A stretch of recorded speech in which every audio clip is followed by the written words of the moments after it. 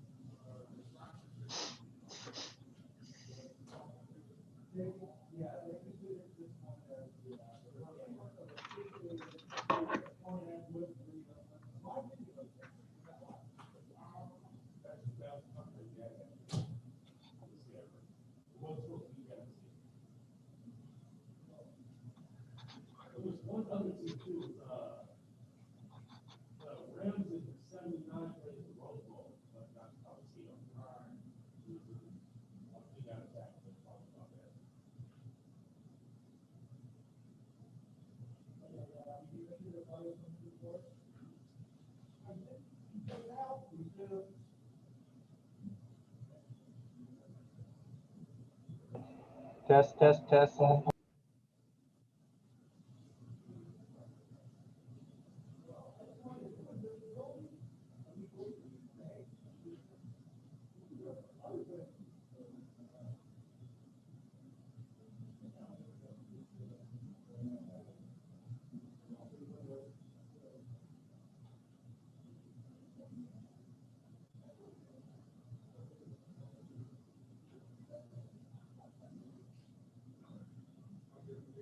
Claudia, Jimenez, can we test your audio? Yeah. Could you hear me? That's perfect. Thank you. Okay.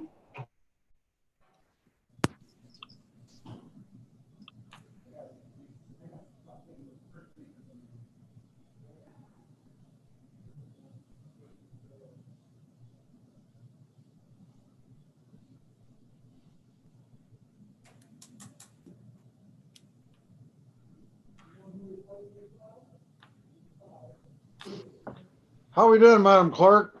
It looks like we might have a quorum here. It is 4:45. It is. Yes. Are you ready? Are you ready to begin? Yes. Okay. Welcome everyone to the open session to hear comment before closed session. Call the roll, please, Madam Clerk. Vice Mayor Bates. Present. Councilmember Jimenez. Present. Councilmember Johnson. Here. Councilmember Martinez. Here. Councilmember McLaughlin. Here. Councilmember Willis is absent, and Mayor Butt. Here. Okay, announcement for the audience. If you would like to make public comment on any of the following items the council will discuss in closed session, please raise your hand now.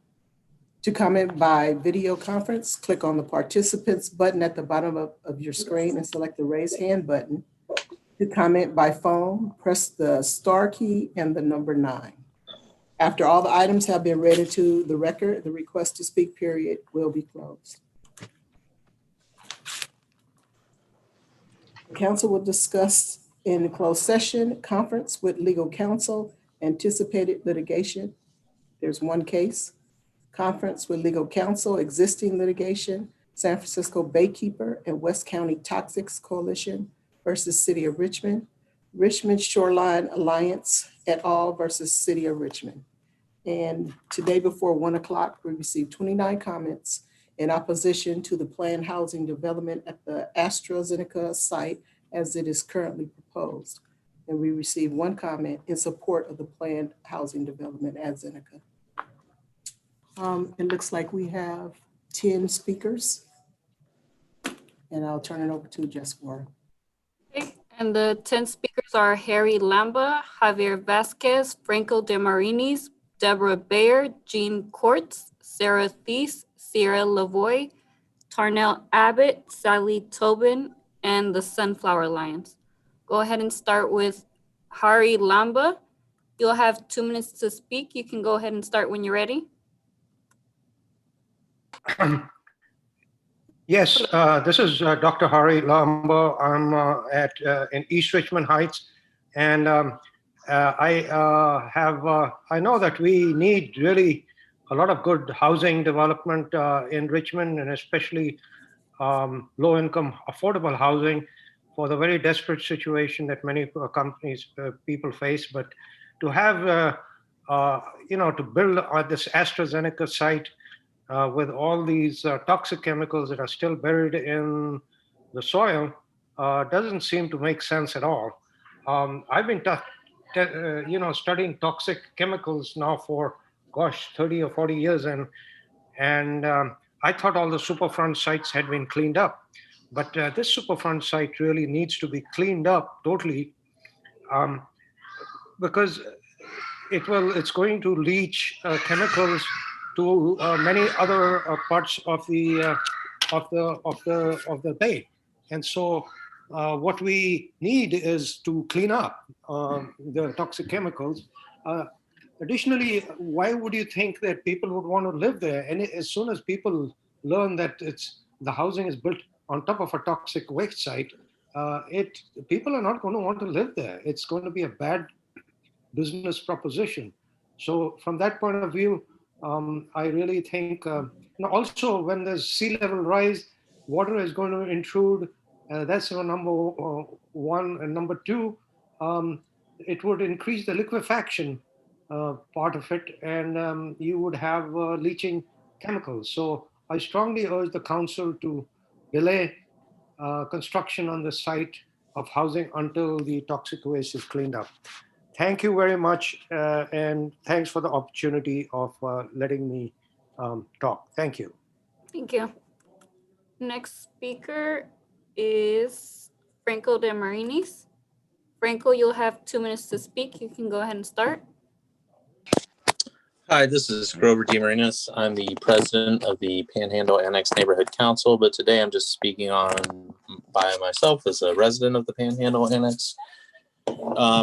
And, I just like to say again, I'd like to reiterate that I am one of the people who is really for building in this city. I'm really, despite what people have said about me in public meetings, completely for building here. I think a site here will increase my property value, but I think it has to be done right. And again, that's where my issue is. And I think that not cleaning it properly is going to really leave us in a bad position in the long run and hurt the city. We're already having litigation about it. And I think down the line, if we don't clean it up properly and we develop here, it's just going to lead to a lot more litigation. And that worries me because I'm going to, as a resident, end up having to pay for that. And I don't really want to have to pay for that. I personally think that if we can push Zeneca to get it cleaned up correctly the first time around, that we'll really be in a strong position to develop it correctly. And I just think that's a much better proposition. It saves us from future litigation and current litigation. Thank you. Thank you. Next speaker is Deborah Bayer. Deborah, you'll have 2 minutes to speak. You can go ahead and start when you're ready. Okay. Thank you very much. I'm speaking because in a short while, you're going to go into closed session and discuss a lawsuit against the city regarding the Zeneca site. And the lawsuit was filed not to get money from the city, but to keep the city from making a terrible mistake. You know, when we think about environmental disasters like Love Canal and Flint, Michigan, there were a lot of experts who said, oh, it's going to be fine, but it wasn't fine. So we have to, along with you listening to the scientists, do our own research and use our own common sense. The majority on the council tonight is not the same group of people who approved the development agreement with Hilco and Shapoff a little more than a month ago. The old council, knowing the results of the election, approved the development agreement very hastily in an effort to push this project through before the newly elected council members had a chance to vote against it. That means the majority on the council inherited a fairly tightly written contract to allow an ill-advised development on poison land. And unless you think that's a good idea, you are now going to have to try to get out of it. I think that the city should insist on a complete remediation of the land before allowing anybody to live there, because your job is to protect the health and safety of residents of Richmond now and in the future. So I really am talking to urge you not to discuss how to win the lawsuit when you go into closed session, but with each other in the council and with the city attorneys, discuss how you can negotiate with the Richmond Shoreline Alliance and the other people who have sued about coming to Your a time has better- expired. better- Thank you. Next speaker is Jean Quartz. Jean, you'll have 2 minutes to speak. You can go ahead and start when you're ready. Yes, this is Jeannie Quartz. I'm a Richmond resident. I oppose the proposed housing development on the highly toxic Campus Bay AstraZeneca site, a US EPA qualified Superfund site. This site must be cleaned up to residential standards before any housing is built and before any human being can live there. The previous lame duck council voted in favor of a less than residential cleanup, which in my opinion is dangerous, egregious, and puts the city in serious future financial risk as residents become ill or possibly die due to the highly toxic slew of chemicals left in the ground. And then in turn, they or their families sue the city for allowing housing to be built on this highly dangerous toxic site. The previous council approved this development without updated CEQA EIR reports, without an updated geotechnical report, without using current sea level rise data. This is a very real problem when saltwater mixes with the toxic cinders.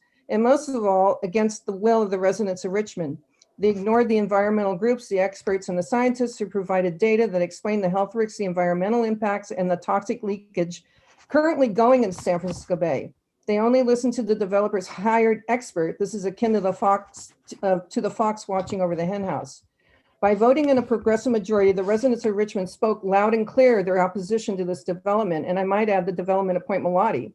The vast majority of letters to the council and the vast majority of speakers addressing this issue were in opposition.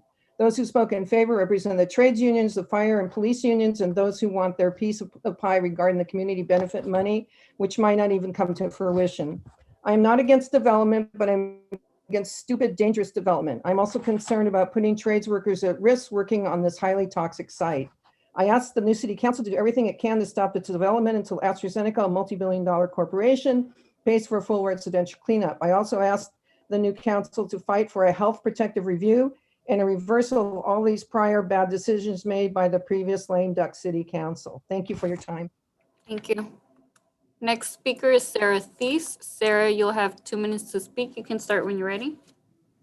Hi, after 24 years in Pacifica, I moved to Richmond 3.5 years ago. I love the weather, the people, the neighborhoods, and the access to so many wonderful parks, especially the Richmond portion of the Bay Trail.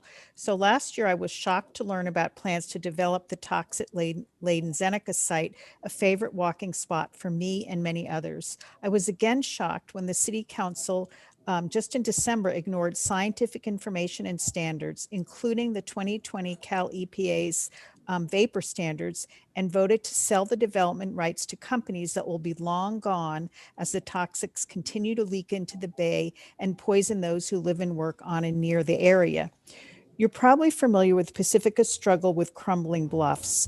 Pacifica has an excuse. The houses on the bluffs there were built after World War II, when there was a lot of non-polluted land between the houses and the ocean, and the threat of rising sea levels were unknown, or at least to most of us. Richmond has no such excuse. We know now that scientists project that sea levels could rise 12 inches in the Bay Area as early as 2030. With a moderate 5-year storm, total water levels across the Bay Area could reach 36 inches above the level measured in the year 2000. Stronger and wetter storms in California are, of course, another result of global warming. Who will be stuck paying for mitigation measures as the tides encroach, and if and when the projected earthquake hits and liquefaction causes widespread damage? Our city will undoubtedly be stuck with a significant portion of the bill. For these reasons, the city must assure that all toxic soil be removed before any work on the site is done. And I urge the city council to do whatever it can to make this happen. Thank you. Thank you. Next speaker is Sierra Lavoie. Sierra, you'll have 2 minutes to speak. You can start when you're ready.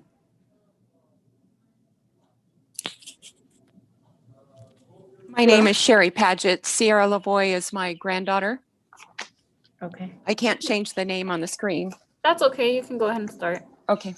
The AstraZeneca Site Feasibility Study and Remedial Action Plan, the FSRAP, approved by Cal EPA Department of Toxic Substances Control in November 2019, does not include consideration of Cal EPA's more restrictive vapor intrusion guidance released February 14th, 2020.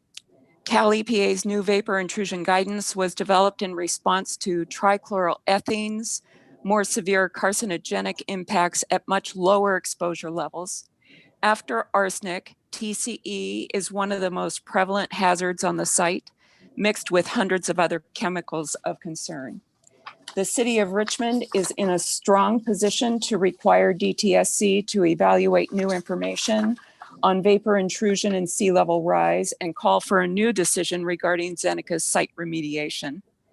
In response to the community-based lawsuits regarding the heavily polluted Zeneca shoreline site, the new city council has an opportunity to change course and seek ways to remove the site's hazardous material before development. Thank you for your time. Thank you. Next speaker is Tarnell Abbott. Tarnell, you'll have 2 minutes to speak. You can go ahead and start when you're ready. Yes, my name is Tarnell Abbott. Now is the time for reconciliation between the city and the community. The community-based lawsuit to stop the proposed Campus Bay development of 4,000 housing units on the highly toxic Zeneca former Stauffer chemical site was triggered by the negligence of the lame duck city council, whose term expired 2 weeks ago. They willfully ignored the community wishes and the advice of independent experts. That outgoing council gave no consideration to updated sea level rise data available from the San Francisco Bay Conservation and Development Commission, BCDC. They ignored public comment warnings about Cal EPA vapor intrusion standards that were undergoing more restrictive changes and many other concerns. The site continues to leak contaminated water and soil gas from the 550,000 cubic yards of hazardous material that is left behind. The community has demonstrated its commitment that this material be removed from the shoreline to protect the San Francisco Bay and future generations from harmful impacts. There is no containment on the sides or underneath the massive quantities of hazardous material, allowing it to continue to contaminate soil and groundwater forever. Now is the time to change course and remove this material before development. No homes on Zeneca's toxic landfill. Solutions can and must be found to resolve shoreline hazards that do not include leaving them in place. Leaving contaminated material in place jeopardizes human and environmental health during and after future development. Thank you. Thank you. Next speaker is Sally Tobin. Sally, you'll have 2 minutes to speak. You can go ahead and start when you're ready. Thank you. It is no surprise that the Campus Bay site is a toxic landfill. It functioned as a toxic landfill for over 100 years, yet it does not meet landfill standards for toxic chemicals. Right now, it is open to sea level rise on the bottom so that contaminants are being washed out into the bay. In addition, there are no sides to block the plumes of toxic chemicals that are now migrating under nearby businesses. It is astonishing that the DTSC and the City of Richmond have pushed for residential development when families will be exposed to toxins with tragic consequences for the families and liability concerns for the city. Do we really need a West Coast version of the Love Canal? The toxic soil needs to be moved out for proper disposal in an approved site where it can't hurt anyone. Thanks very much. Thank you. Move to the next speaker. Please state your name for the record. You have 2 minutes to speak. You can go ahead and start. Good afternoon. My name is Janet Johnson. I am a Richmond resident and co-coordinator of Sunflower Alliance. I'm extremely concerned, Sunflower Alliance is extremely concerned that the Campus Bay project not go forward and that the city do everything in its power to reach a settlement of the suit before it. The way the previous city council went about approving the development agreement was cynical and morally reprehensible. What kind of public servants approve a housing development on a toxic waste dump? We know there's a housing shortage in Richmond, but the housing we need is not luxury Bayside housing. There's already more than enough high-end housing in Richmond and around the Bay. What Richmond needs is affordable housing, close to infrastructure and amenities, and near transportation corridors. If the site is cleaned up appropriately, other developers may be interested in working with the city and may offer real community benefits, not hollow promises. DTSC is a failed agency. They're the only state agency without an oversight board, and they run a $30 million deficit. They are notoriously industry friendly, and they are not acting in the best interest of Richmond residents. They need to do a better job of providing alternatives for a thorough cleanup, not the doomsday scenario of truckloads of toxic dirt rolling through Richmond neighborhoods for 10 years. Please instruct city's legal staff to look into ways of working with the community, not against it, and extricate us from this bad deal. Thank you very much. Thank you. We have another 3 speakers by the name of Ferris, phone number ending in 0352, and Doria. I'll start with Ferris. You'll have 2 minutes to speak. Please state your full name for the record. Thank you. Can you hear me? Yes. Okay. Yeah, my name is Faris Jessa, and I live in the Panhandle Annex neighborhood. I may be saying something that you've heard a few times already, but I'm going to say it again because I think it's important to say it again and again and again until hopefully the point gets heard. Richmond City Council once recognized the sleight of hand that the DTSC waived when selecting a remediation alternative that explicitly prohibited residential development. Land deed restrictions that prohibit daycare, senior care, and healthcare, schools. It does not support a lively or thriving residential community for a passionate, hardworking community. Land deed restrictions that prohibit homegrown produce do not provide spaces and opportunities that allow families with small children to thrive. To think that it's okay to build homes on a site that does not allow children and elders to be cared for is an absurd proposition. For some undisclosed reason, the prior city council saw fit to overturn the previous protections and put current and future Richmond residents at risk. Richmond City Council neglected its residents when it allowed a development to proceed with the promise of home, while the ground underneath those homes continuously threatens the health and longevity of those residents. This city council was elected by the residents of Richmond, and specifically by the residents of the district that is being most impacted by this development. This newly elected city council needs to fulfill the responsibilities of the city to look out for its residents and mitigate a very significant risk of financial debt from lawsuits. Thanks for your time. Thank you.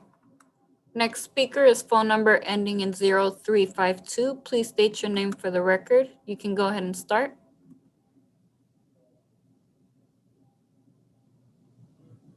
Phone number ending in 0352.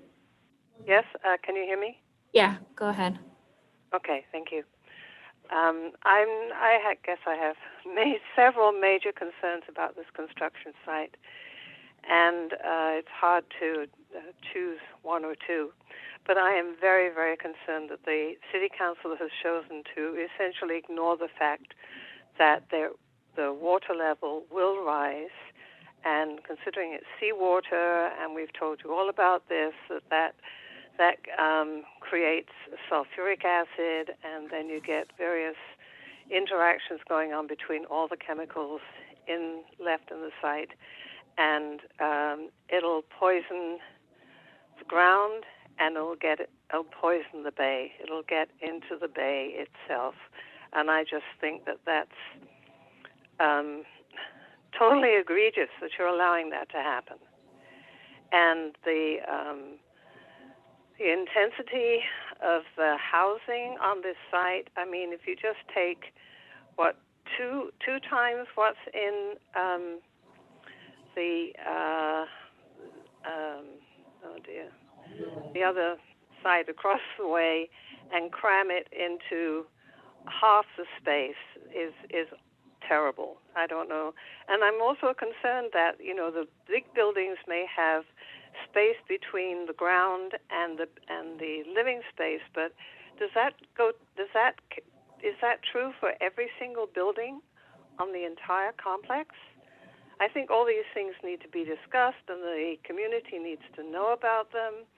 And I think this council needs to re-examine the whole situation and to get on with the process of cleaning it up before you start building residential units on top of this totally contaminated soil.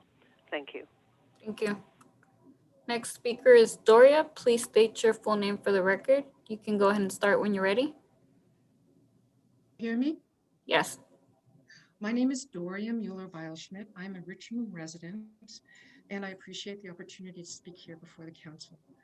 I joined together with many Richmond residents, the Richmond Shoreline Alliance, and other Bay Area organizations to ask that you, the 2020 Richmond City Council, reverse the 2020 Richmond City Council's December approval of a huge residential development on the AstraZeneca Superfund site. Over the last several months, as the issue was being rushed for approval, the Richmond Shoreline Alliance has presented extensive scholarly information to the council, clearly documenting why this contract, coupling remediation and development on this site, is a very bad idea. Besides, the mega development in question is not in alignment with Richmond's 2012 general plan. Quoting the following from our city's Community 2030 statement, which can be found on the city's website, of course, Richmond is recognized as a healthy, environmentally sustainable city that actively pursues strategies to improve and sustain air quality and water quality, and control and remediate environmental contaminants. Residents are stewards in caring for their local community and the greater environment. All taken together, it is impossible that the development approved on the AstraZeneca site meets our city's vision of how it wants to move forward into our future. We need to rethink how to manage this beautiful, badly treated piece of land. Thank you. Thank you. And that was the last speaker. That was our last speaker, Mayor.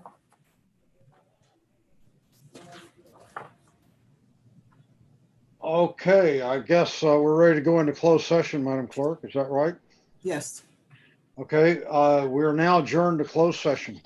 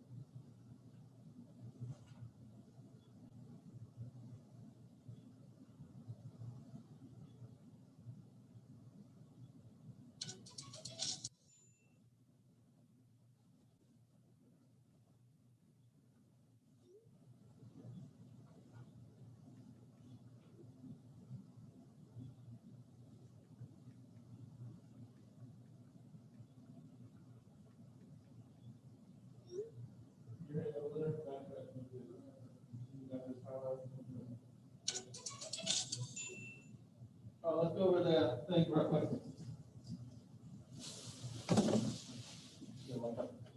Oh, you can do, we'll do it from here? I'll show you what do you have first. Just do a window E. Okay, oh, well, it says up here. All right, there's gonna be two. This is a backup. Oh, open that one up. Yeah, this is gonna be a backup. Hopefully this guy will share it himself. Okay. But if he has problem, this is a finance item, Okay. H1 or something like that. Now this one, city manager is gonna ask, well, I don't know if she's gonna ask for it or not, but when she does a report, she's actually gonna be talking about a couple of different things. She's also gonna be sharing something on her end. We just don't know when this is coming up, so we have to listen to OE Park, OE Park naming or something like that, Marina Bay. If she start bringing it up, then start sharing and just listen to it and switch it. She has to stop sharing her screen first though, right? Or unless you overwrite it. Should I override it when she starts talking about If it? she's talking about it. Okay, just override her. That's what they said? No, but if she, you know, when it's time to talk about that item, she must show the pictures. Okay. Will she be sharing her screen with another presentation? If you have a problem, then I have it on my desktop. Okay. Here's the plan for you. Okay. Hey, Sash. Huh? Oh, no, it's not.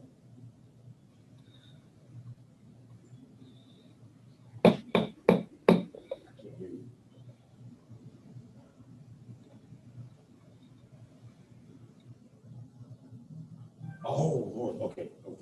Okay. Question for you, Richard. Yes.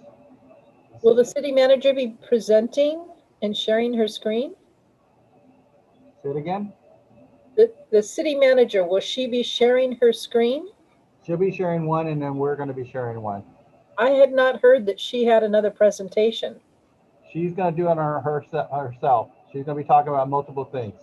That's what I got from Irene. I didn't hear that she was going to actually share her screen though. I heard that from Irene, so that's the plan. Okay, I'll confirm that with Irene.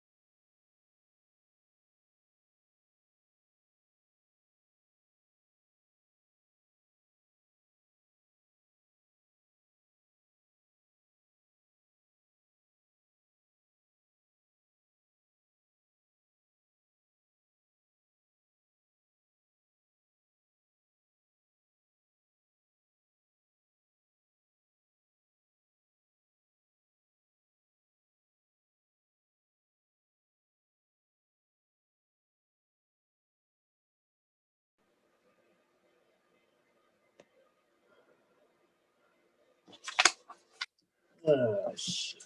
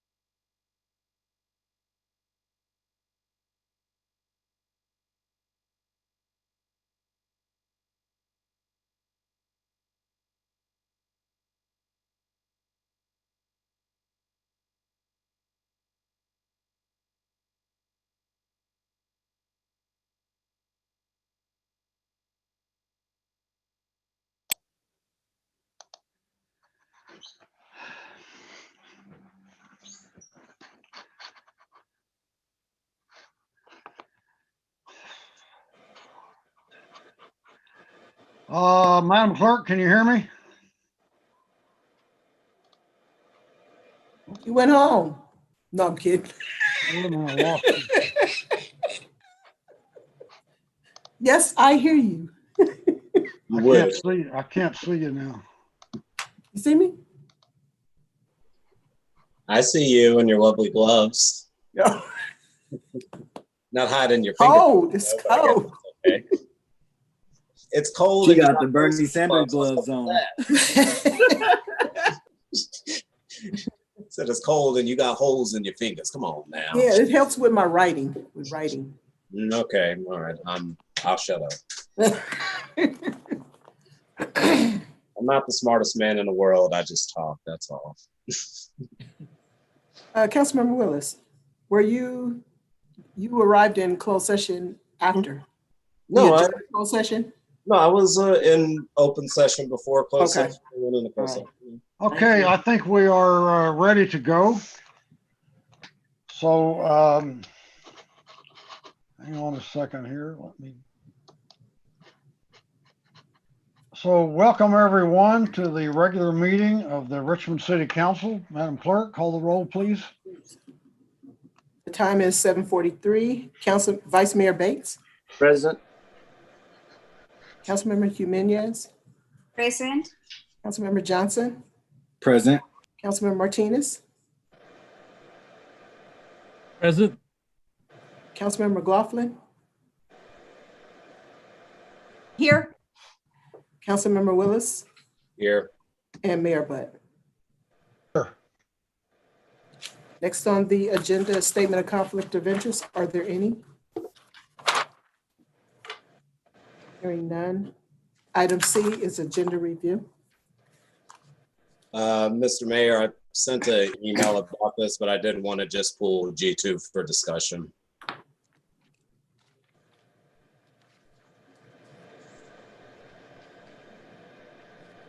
What item did you want to remove?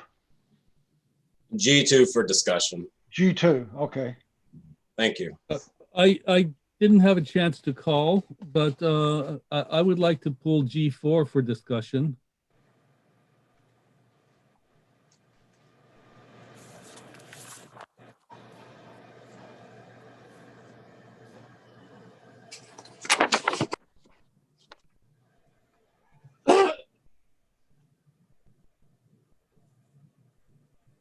Mr. Mayor, you're muted.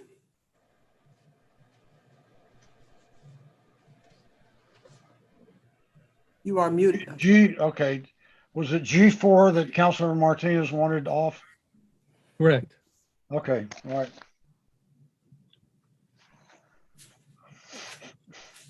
Now, I keep forgetting what our rules are for taking things off the consent calendar, but this was put on by a staff person. So did you talk to the staff person about this? I did not have a chance, no. Well, the rules of the council are that you can't take it off the consent calendar if you did not talk to a staff person. Well, in that case, can you put me on the open forum so that I can ask my questions there? Sure. Yeah. Okay.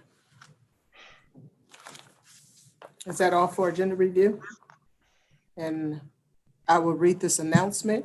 Anyone may make an oral comment, even if a written comment has previously been submitted. However, each speaker may only raise their hand once to make one oral public comment per agenda item.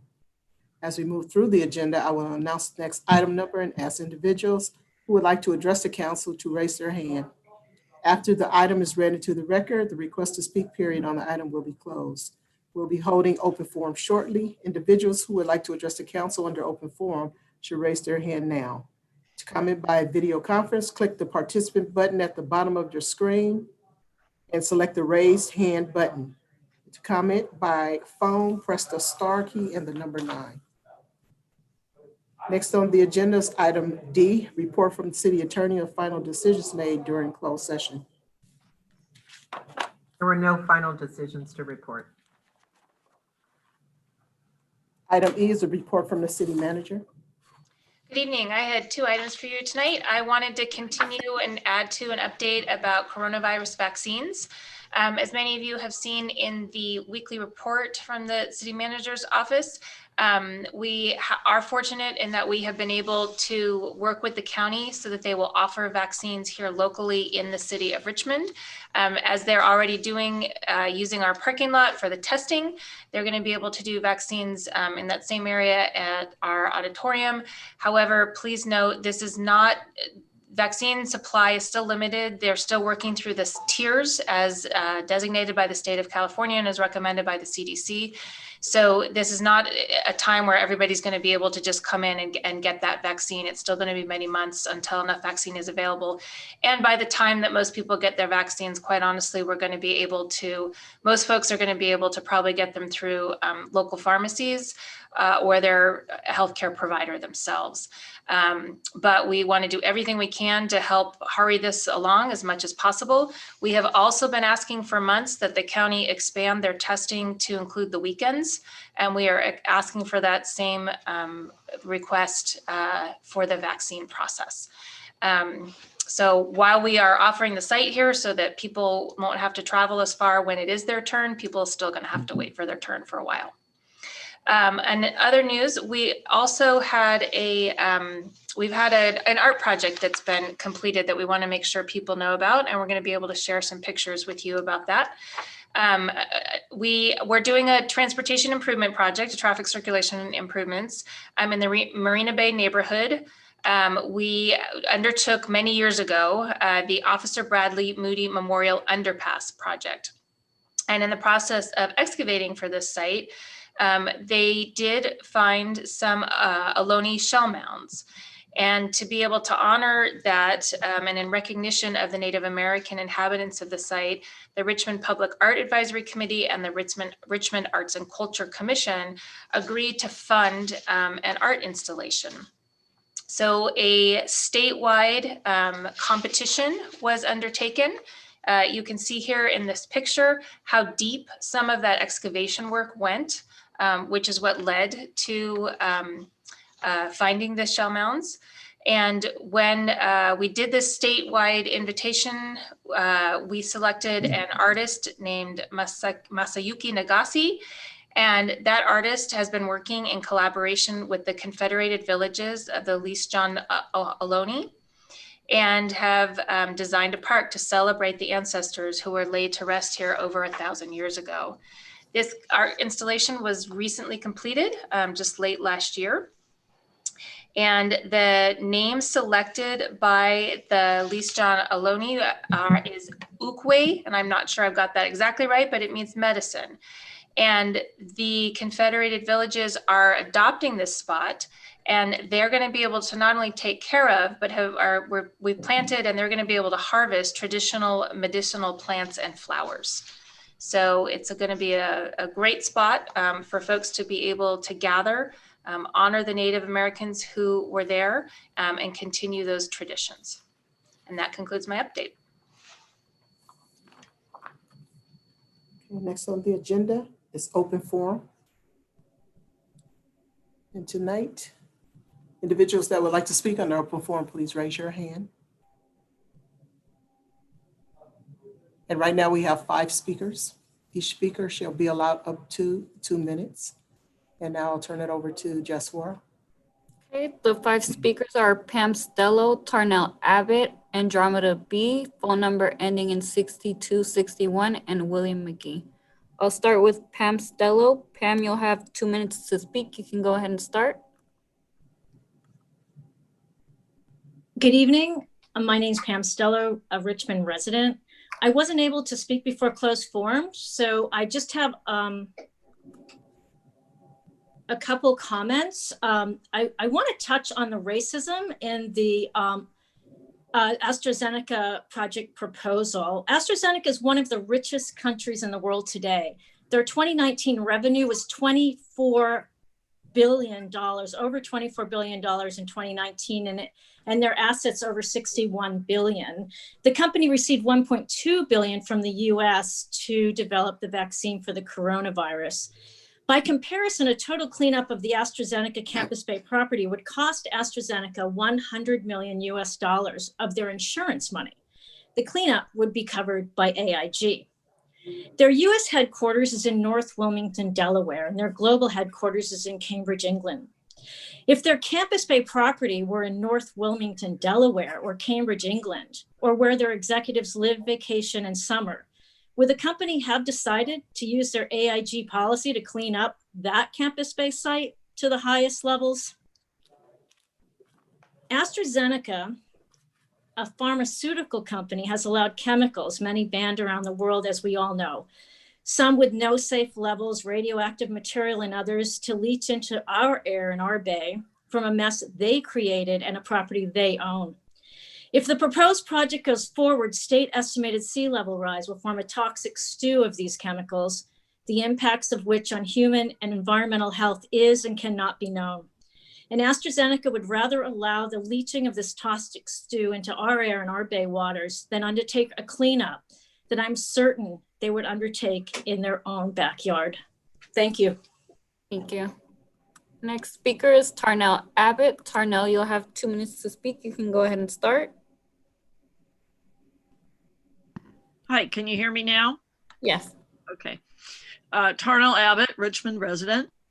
I am very concerned about the AstraZeneca toxic site on our shoreline, and I want to read something that was submitted for public comment on for the December 1, 2020 City Council meeting. It's by Gail Windham. She wrote, I am a local resident as well as a retired epidemiologist from the Environmental Health Investigations Branch of the California Department of Public Health. I know how toxic the chemicals are on that site.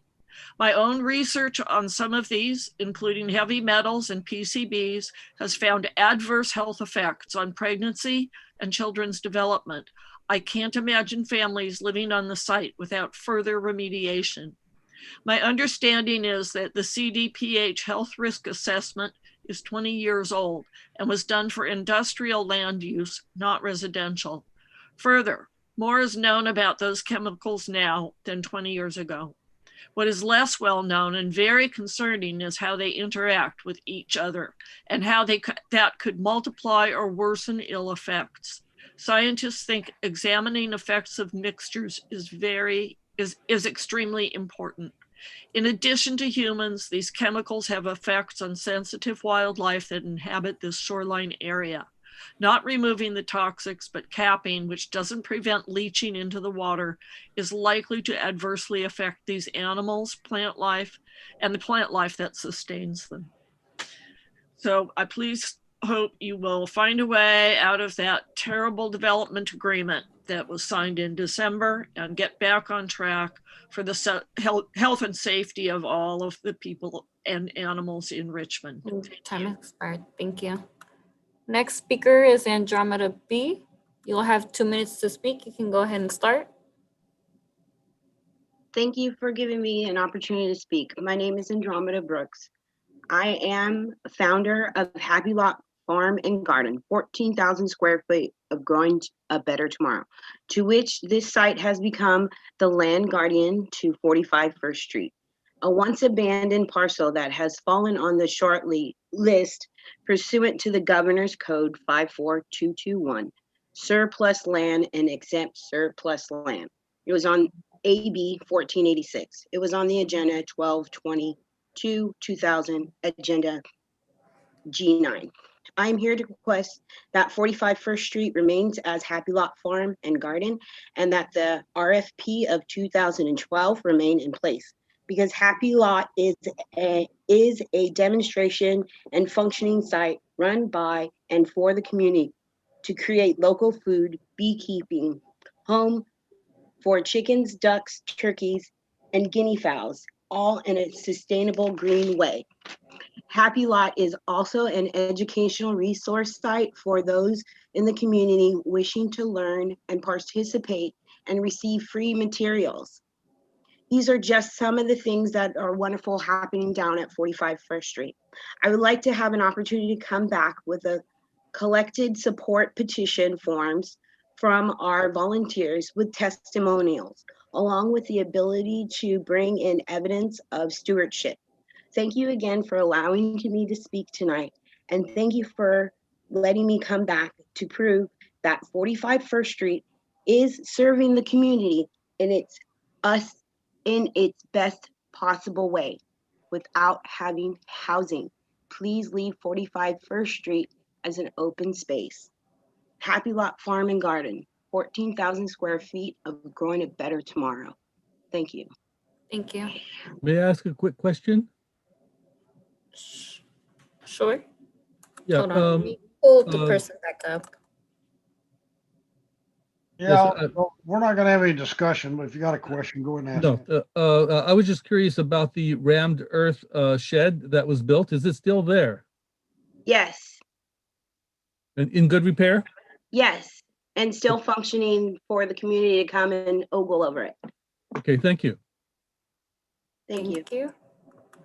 Next speaker is phone number ending in 6261. Please state your name for the record. You'll have 2 minutes to speak. You can go ahead and start. Phone number ending in 6261. Okay, I'll move on to William McGee and come back to that person. William, are you there? Yes, I am, and thank you. Good evening, City Council community.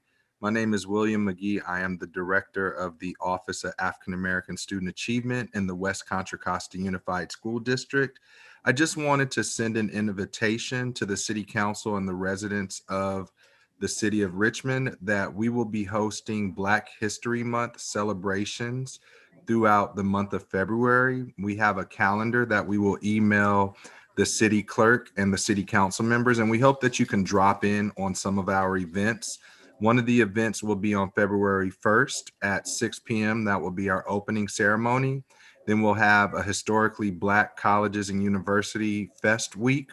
We'll also have some storytelling, spoken word, and different things that will happen throughout the month for the community. This will all be hosted via Zoom. And then at the end of the month, on February 25th, we will have our culminating ceremony. This is replacing in-person things. I know that some of the council members have come before to Dejan Middle School and have done an African-American read-in. So this will replace that event or those events. And we hope that you guys will join us throughout the month to celebrate Black History Month. Thank you very much. Thank you. And I will go back to phone caller ending in 6261. Hi, can you hear me? Yes, please state your name for the record. My name's Edith. I actually wanted to speak on G2. I don't know if this is the time. This is. Oh, no, sorry. It's pulled at the end of the agenda. Okay, thank you. You're welcome. So we'll go to Council Member Martinez. Oh, okay, thank you.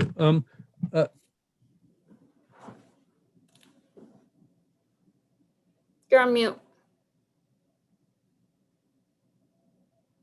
Sorry. With this item, there were several questions I wanted to ask. One, what are the community-based organizations that this funding will go to, since only the police department and the fire department are listed? Why is your money going to community engagement and outreach at festivals when we have a pandemic? And why is a code enforcement position being hired with this money? And also, I'm curious as to how these relate to this grant, since it's a cannabis tax money, or rather, it's a grant that has to deal with the cannabis program.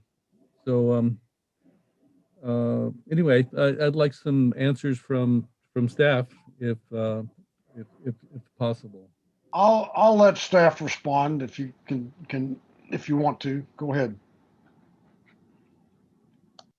Sure. Good evening, Mayor, council members. So the project partners for the grant does include code enforcement, the police department, the Fire Prevention Bureau. And the community-based organizations that we're partnering include Richmond POW, the Police Activities League, the Bay Area Resource Center, and Solutions for At-Risk Youth, which is works with the Explorers program that's run out of the police department. So the grant is really targeted at addressing impacts related to cannabis operations. And so part of our goal here is to do programs that are focused at youth development, prevention, as well as intervention, improving relationships with the community and operators related to public safety, addressing environmental impacts, including water quality and energy use, as well as some public health programming. So since currently right now our code enforcement unit does the cannabis business permits and the Fire Prevention Bureau works with operators that are manufacturing as well as doing cultivation. And so it just seemed like a good match to use or develop these programs further within these divisions and our community partners. Okay, so it sounds like we're using this to help bolster the police department. Well, it's being used to provide more focused programming related to cannabis operators, as well as working with youth development, prevention, and intervention programs. Thank you. Okay, Madam Clerk, are we ready for a motion on the consent calendar?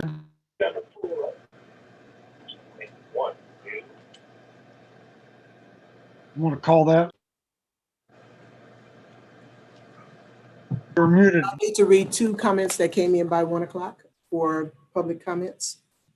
They were by Cordell Hindler. His projects are coming along exquisitely, and he will update the council on the progress as soon as he can. The second comment is he would like to see an agenda item in regards to having standing committees reinstated to discuss the budget. And now we are ready for a motion to approve the consent calendar. Item G2 has been removed to be discussed at the end of the meeting. Is there a motion to approve the consent calendar? Mr. Mayor, I will make a motion to move the consent calendar. I was going to ask, only with your permission, if you'd be okay moving G2 until after the consent calendar. What I have to say is real quick, and I know we have other items that we need to get to tonight that are going to be lengthy. Sure. Yeah, I'll do that. Okay. Yeah, so I'll move the consent calendar. Okay. Is there a I'll second? second. Second from Johnson. Call the vote, please. Vice Mayor Bates, Yes. Councilmember Jimenez, Yes.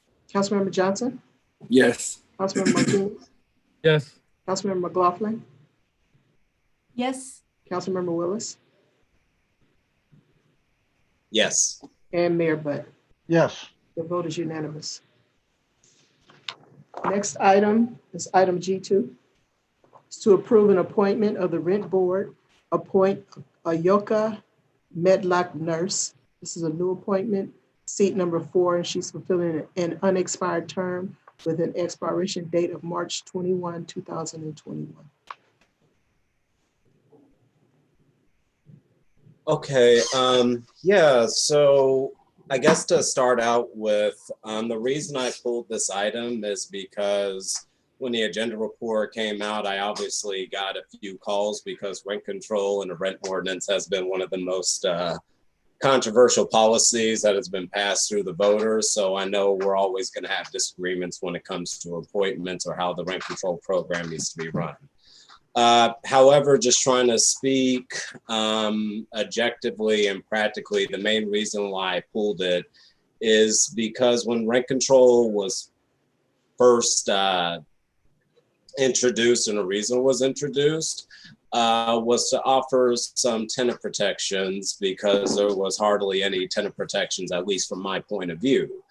And currently, right now, we don't have any tenants that are sitting on the rent boards. So I figure it needs to be, there at least needs to be one tenant voice representing that point of view and representing that experience. It's one thing to know and contextualize it through data and study, but it's another thing to go through the experience. So I do think that that is essential. And obviously, as soon as the agenda report came out, I got a bunch of calls of folks that were mutually acquainted with the appointee. I can't confirm nor deny this, but the rumor has it that the current appointee hasn't necessarily been supportive of rent control themselves. And judging from the application and LinkedIn's that people refer to me, I see that they were in the business of being a realtor on one property and even wrote up some analysis on evictions and paperwork. So that already gives me pause and concern. I'm not saying that this person is a bad person. I don't know where she really stands on it.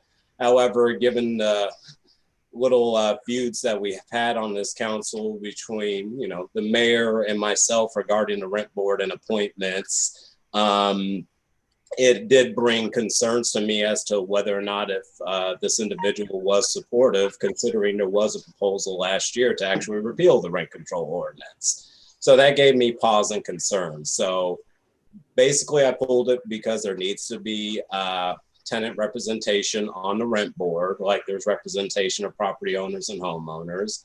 And personally, this is on a very personal note, just to anybody in general, I don't feel comfortable supporting anybody that doesn't support an ordinance that people passed. So I know it's a contentious issue, but if you didn't support a certain issue, I can't support somebody being a representative on the board for that issue. And that's just kind of being practical.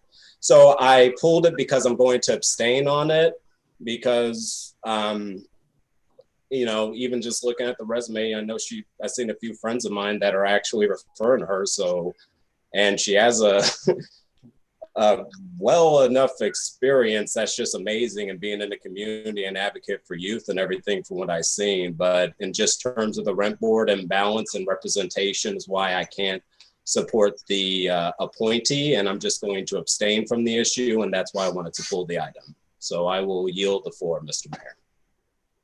Okay, anybody else want to speak on this? Councilmember Johnson and then Councilmember Jimenez. No, I completely agree with Councilmember Willis when he says that the rent board does need representation from renters. As a renter myself, I do completely understand where you're coming from. And I do appreciate you mentioning that you didn't want to demonize our other Miss Medlock nurse because of, you know, she does do great work in the community. And I've actually never heard of these articles that you're mentioning. So I'd actually be really interested to read them. But when I spoke to her, she did not tell me that she did not support rent control. So I'm actually very curious as, you know, where you heard that. And I think, you know, it would be, you know, you should speak to her as well. However, as you mentioned, I do completely understand, like, the rent board does need renters on the rent board. So I'm actually going to follow your abstention, and because we do need more renters on the rent board. However, I do have to speak up when community members and constituents of mine are attacked, bullied, coerced, and othered by my colleagues in an attempt to get them to remove their application from the rent board.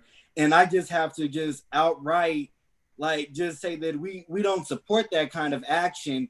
And I understand that this position is new for some individuals, but how we carry ourselves and how we interact with community members, it matters. Whether we see eye to eye on every subject and every piece of legislation that comes through this city, it matters, especially when those individuals come from marginalized communities and you are sitting in a position of power. You have to make sure how you're interacting with those individuals is not subjecting them to even more oppression than what they've been through. So I just want to say to my colleagues, I understand that we don't all see eye to eye on every subject, but I plead professionalism when engaging our constituents. Thank you. Anybody else want to speak on this? Councilmember Jimenez. Hi, thank you. Thank you. And I think I agree with Melvin, Council Member Melvin Willis around that the board needs renters. So I think like it's not about just one individual, or I think like the person who is there, I had talked to her because she's doing an amazing job in other committed. And I think is working with youth in-laws on some issues that are really interested to me as well. And but it's not about that. It's about if we want a board that represent the different point of view. When I look at there, and then I see that probably three of these members of the board are homeowners, and there is even a landlord attorney there, but there is no tenants. And a policy and ordinance and a ballot initiative that the majority of people in Richmond voted to support, and is the intent of the rent control is to support renters, and there is no a renter and a tenant voice there. That doesn't seem to me that is bringing all the different perspectives. And when we talk about putting people there and making us the decision about who we support, is because we want to give the voice to those who haven't had the chance to get that voice, and especially the more marginalized people should be there. And the more marginalized people right now are renters. And we need to have that voice in the rent board. And this is like, the renters, like the voters also voted to support Pro 21, the rent control initiative at the state and Richmond. That sent a clear message to us that they want to support rent control and they want to protect tenants. And so, and one of the key things to do that is to have a rent board that really support rent control, and that wants to, instead of weakening that, strengthen that. And I am not saying that the people who are there or the people who are going to be put there is going to do that, but I believe that not having tenants, it gives another different discussion, because the people who are there probably won't have the needs because they are not tenants. So they don't have maybe the same issues that a tenant had, and we need that voice there. So in that sense is, and I also already emailed the person who is there and Ms. Nurse. And I told her that, and that because of that, it's not like it's personal, it's more that I want a tenant, and I want to diversify the voices in the rent board. And because of that, I won't support that nomination. And I'm sorry, I see people have their hands up, and I hate to buck the order, Mayor Butt, but I have to address what Councilwoman Jimenez just said, because when Ms. Nurse reached out to me, I understand people have to understand the difference between intent and impact. You may have very well had good intentions when you called Ms. Nurse and voiced your opinion that you wanted a renter on the board, but that impact was not that at all. She felt bullied. She felt as though you were trying to use your position to coerce her to remove her application. And I would say it's incumbent upon you, as the person with privilege, sitting in a position of power, to reach back out to her and let her know that that was not your intent. Because I'm telling you, because you just said you had a great conversation with her, that's not her interpretation of your conversation. And I think it would be really incumbent upon you to reach back out to her and get that settled, because how we interact with our constituents is extremely important. I understand that you have your opinion. And like I said, I agree. We actually are all saying the same thing. We think that there should be a renter on the rent board. What I'm saying is how you talk to people. You need to make sure that when we're talking to individuals, that we're checking our own privilege as council members, because even a suggestion can come off as us trying to bully them. Well, that's what I'm saying. That's what I'm getting to. Okay. Thank you for letting me know, and I will be apologizing to her, and I am apologizing to her publicly here. That was not my intent, and that I will look forward to working with her, because she is doing an amazing job and other issues that I am really passionate about. So thank you. I appreciate that, Councilwoman. Okay, Councilor Willis.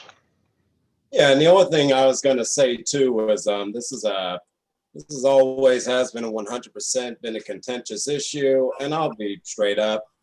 I'm not interested in fighting. I'm not interested in playing a moral high ground on each end. I'm just looking at it from a personally pragmatic decision. Like, I'm not expecting anybody in the city of Richmond, or haven't expected anybody in the city of Richmond who's opposed to rent control to support me on that issue, or to even support me being in office. And that's fair. I'm just saying, just also where I'm coming from too, and just looking at some of the dynamics and the history of it, there's my reticence in just wanting to support somebody that could, I don't know their position on it. I'd like to talk to them about it, but just whenever these agenda reports come up, we all get phone calls, and then I have history with the mayor around this question too. So it does bring up a lot of feelings. And I'm just simply saying, like, given what I've seen on the application and the LinkedIn page that was referred to me and who's on the rent board currently, I am not comfortable. I'm not going to say no or disparage a character. I don't know her. It looks like she's doing great things, actually.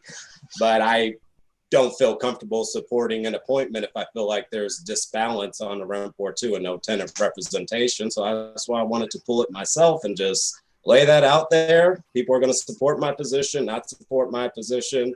We got other things we need to work on, but I wanted to exercise my right, lift my voice. And if people agree with me, awesome. If people don't agree with me, well, we got to move on, because there's plenty of controversial issues for us to get through in 2021 and in the next month. Councilor McLaughlin.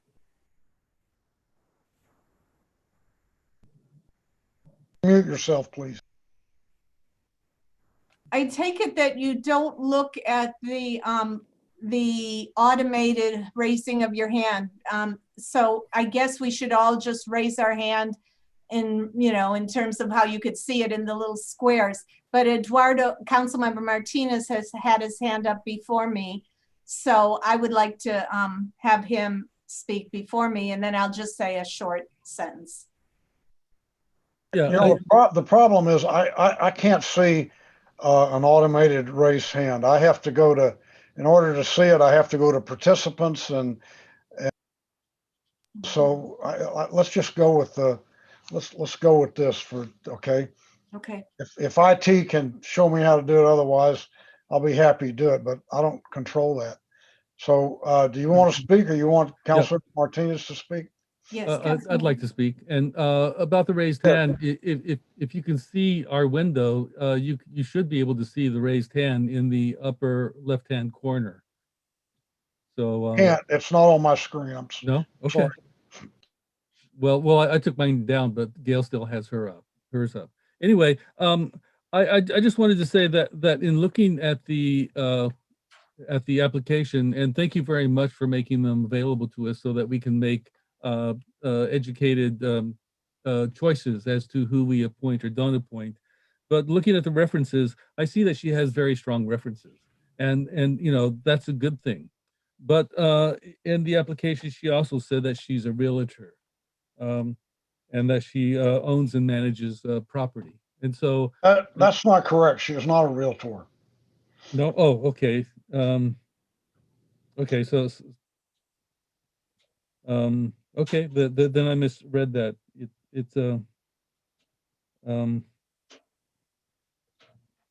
I guess by definition, I guess we need to look at the definitions here, because okay, I see. I misread the okay, but anyway, she does own a unit, which is exempt from the program, and how important is it for this position to be filled at this time? You're muted. You're still muted. You're muted. Okay, here's the deal. This position has been vacant for months, and I've been trying to fill it. This is the only application I have. It's not like I passed over a dozen renters to make this appointment. This is the this is the only application I have. And look at what she says, reasons for interest in appointment: to support housing equity, diversity, and affordability in Richmond, as well as throughout the region. I feel that Richmond's rental ordinance can be a model for other cities. Now, how can you take issue with that? She's very well qualified. She has a BA in political science and a master's in public policy. And, you know, she wants to do the job. So if I want to fill the rent board up, I don't have any other options right now. I will commit to this, that if you all will support this appointment, then the next one that comes up, if it's a renter, I will appoint the renter. I just want to fill the board. I don't have any other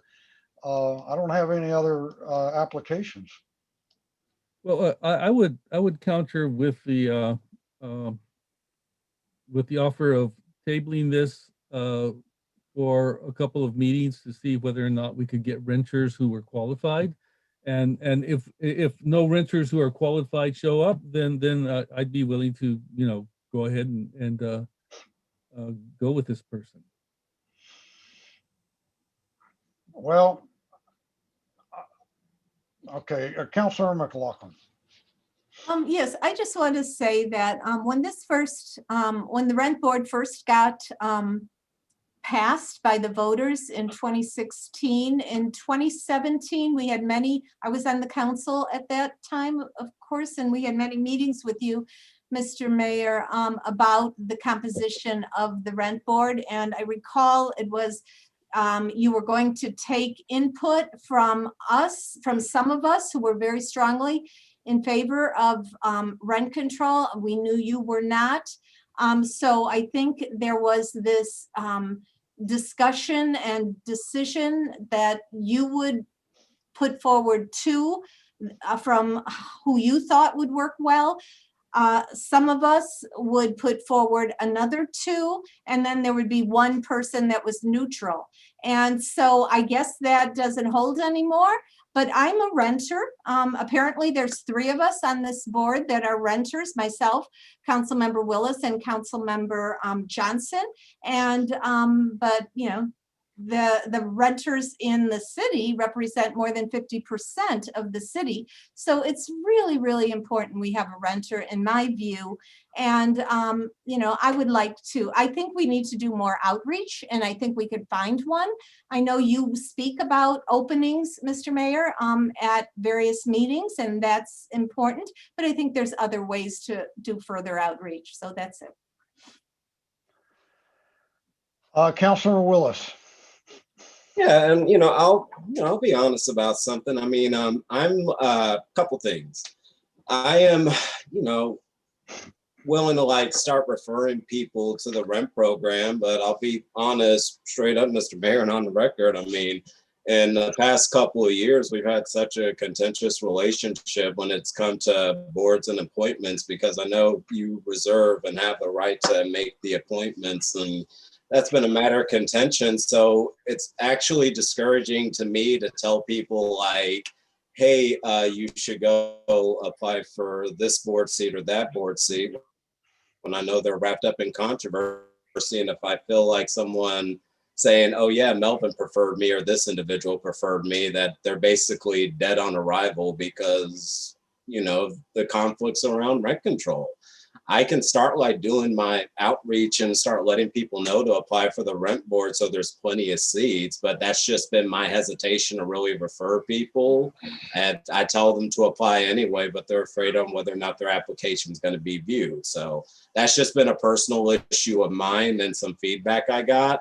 And, I'm still on the front of like, I want to abstain tonight because, that's just how I feel on the issue, and I don't feel comfortable moving out of there at this point.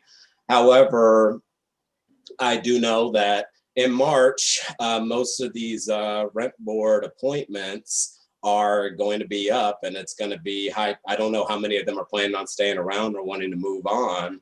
And I have supported appointments that I did not want to support that also came from you because of that contention, but it's because there was a balance. When we get around that time, if I feel like there was a balance when it comes to the appointment, that'll be a different conversation. Just where I'm at right now, I'm just not comfortable moving forward currently. And also to the candidate for rent board, if you do want to reach out and talk to me on the phone or email me, feel free to reach out. I am welcome to have a conversation about this and move from there. And I do apologize for having to do this so publicly, but yeah, that's just where I stand tonight. And thank you for working with me around this issue and the agenda, Mr. Mayor. Vice Mayor Bates. I was hopeful that we would not get into this situation like in Congress with the president and his cabinet and Congress fighting over appointments.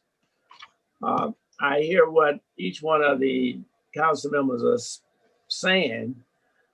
What I'm unclear of is the composition of the board. I hear my colleagues saying there are no members on the current board that are renters. And if that's the case, we obviously need to correct it. But I would think it would be valuable for us to understand. I usually just go along with the appointment that's recommended by the mayor, unless there's some real negativity about that person. And I don't think we want to overbalance with either renters or owners or whatever. It should be a balance that has a viewpoint that expresses the total community. So I do support renters being on the board. The question is, if we appoint someone tonight, when is the next appointment due that you can get a renter on the board? And are there renters currently on the board?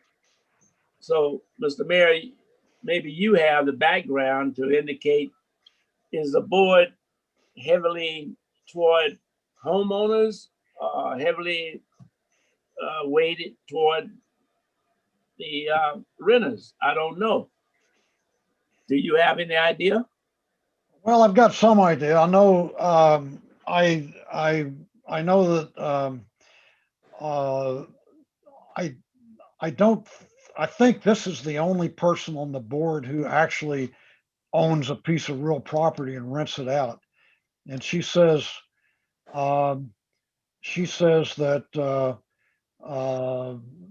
she rents out one unit of a duplex and says I'm exempt from the rental program because I live in one of the units with other family members since owning it. So, and she also owns the house where she says my terminally ill mother is a former owner and lives in this home with other family members. And I just found out her mother passed away yesterday, and I'll be adjourning the meeting in her memory. From stage 4 cancer. I'm sorry, what? Her mother passed from stage 4 cancer. Yes. So I don't know where we go with this. All of the rent board members are going to term out in March. And, I just said, look, I'll make a commitment that when the rest of the members term out, if I get an application from a renter, I'll appoint a renter. I've got no problem. Mr. Mayor, if you don't mind, I would actually like to reach out to Miss Nurse and see if she's even still interested, especially after having had her application picked apart and her character put on display. And like you just said, her mother just died from stage 4 cancer. And this is a woman who's been doing the work in this community. And I'm gonna take a point of personal privilege because she's the subcommittee chair of the EDC's cannabis committee. And she's been helping me with the equity ordinance that we all voted that this city should have. And she's also a policy analyst. So we've been working on the reparations, equity, and inclusion package that I plan to introduce at the city council retreat. So this is the person that we're picking apart and tearing down. So what I want to do is I want to see if we can take some time for me to reach out to her to see if this is something that she would even like to continue to be an applicant for, and if she's in agreement that there needs to be a renter on the board, because I can't sit here and watch a Black woman be torn down like this, and everybody's trying to act like that's not what they're doing. I can't sit here and let that happen to Miss Nurse. So I would much rather hold this over and reach out to her. And I know I'm a renter. I hope all my cousins are renters. I'll see if one of them wants to get on the board. But what I can't do is continue to sit here and allow my colleagues to pick apart Mrs. Nurse's character, especially as she has proven her family has proven time and time again their commitment to this community. And I just can't sit here and let it happen. So, Mr. Mayor, if it's all right with you, I agree with Councilmember Martinez, and I think we should hold this over so I can have a conversation with Ms. Nurse, because this is starting to look like Trumpism to me. I can't sit here and I can't do this. Are you calling to question? You know what? I'm inclined to hold it over, but I do want to say this first, and that is that this first came up back last year, back in December. And at that point, the council held it over. And then it came up, they held it over because they wanted the new council to vote on it. And then it came up again last week, and now it's up this week. And all you council members who are advocating for renters, you're going to go out and find those renters and bring their applications in. You've known about this now for almost 2 months. Mr. Mayor, let me interject. I don't like this racism kind of indication. I'm willing to make a motion. We move forward and appoint the lady. Fish or cut bait. If you want to start making these appointments racial, then that's your prerogative. I will not do it. And I'm going to make a motion that we move forward. We appoint the lady and get this thing behind us, and then you can work on the renters next year. Stop playing games like Trump and what's been going on in Washington. Let's be professional and do the job. Okay. Also, real quick, I just need to say personally, as somebody that worked for 2 years on organizing, gathering petitions, getting on a ballot, sitting outside, getting sunburned for 5 hours at a time, listening to horror stories each and every day, which one of my friends that I've known for years that I met through this rent control thing was a single woman, a Black woman, a mother who had a double % increase on her rent, and she still got an eviction notice. My concern is not about somebody's race, ethnicity, or achievements that they have when it comes to this issue. My concern is actually coming for advocating for very low income, Black and brown, at risk of displacement community members that are constantly calling me every single day talking about one harassment issue or another. This has nothing to do with race. This has nothing to do with people's character. This all has to do, for me, is a single issue, an issue that it means a lot to people. And both people on the racial spectrum and class spectrum have differing views when it comes to rent control. I'm representing tenants and the horror stories that I heard that got me motivated to go out there and gather petitions and to still fight like hell for this ordinance. And it is my responsibility as a candidate that actually ran on rent control that still tries to help people out with their tenants' right to still make sure that the rights are not going to be violated. And politics is a dirty game. I don't know where people are coming from. I don't even know if I could trust everything that people say. And I'm sure that works vice versa when people hear stuff that comes out of my mouth, which is why I'm exercising caution. Okay, we have a motion. Which is why I'm exercising caution, and I just want to make sure that it's known. But to make any assertions that, for at least of my character, saying that this has something to do with races or tearing a person down, I could care less about trying to tear a person down. I care about issues and values and how that's going to be represented as we move forward, representing this policy. And if those issues and values are not in line, I can't support it. That's simple as that. Okay, we got the picture. Is there a second? We have. What? We have a speaker. We do have one speaker. Oh, okay. All right, let's call this. Well, I'll tell you what, I'll second it just to get it on the floor and call the speaker. Okay, I have Randy Joseph. Randy, you'll have 2 minutes to speak. You can go ahead and start. Randy? Hi, everybody. Randy? Hello? Yeah, I can hear you now. Can you hear me? Yeah. Hello? Yeah, you can go ahead. Yes. I'm talking. Okay. All right. Hello. My name is. Okay. Hi. My name is Randy Joseph. I am a resident of Richmond and a Richmond renter. I came in, like you guys said before, that there are people that represent renters, that is a renter on this rent board. I would like to more information on how to find an application to apply to the rent board. I went to the website, I could not find an application. So if somebody can steer me to a way to where that somebody can find an application that I can apply for the rent board. That was an issue of mine. I could not find it. I am interested in applying.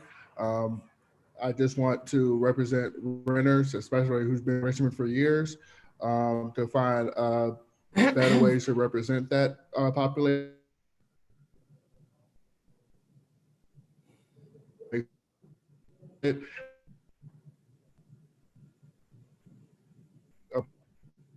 So I look forward to having that. You can do and talk that I do. I yield the rest of my time. Okay, thank you. And there are no more speakers. Is that the last speaker? Yes. Yes.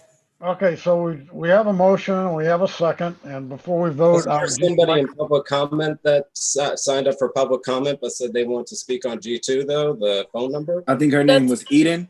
I know the number, the hand's not raised though, but I can take them. Give me a second. Phone number ending in 6261. Phone number ending in 6261. Hello? Can you hear me? Yes, you can go ahead.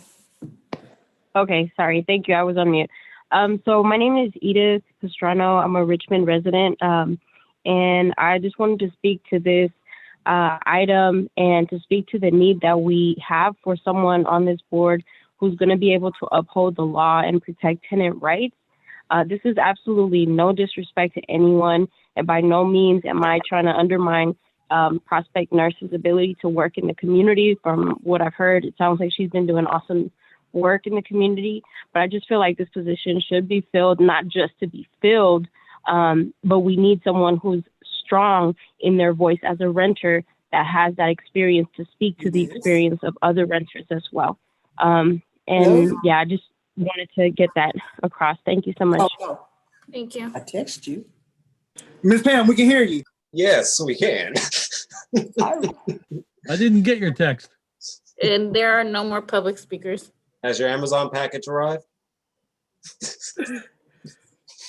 I'm sorry for cutting in. I had to say, I couldn't let you go out like that, Miss Pam.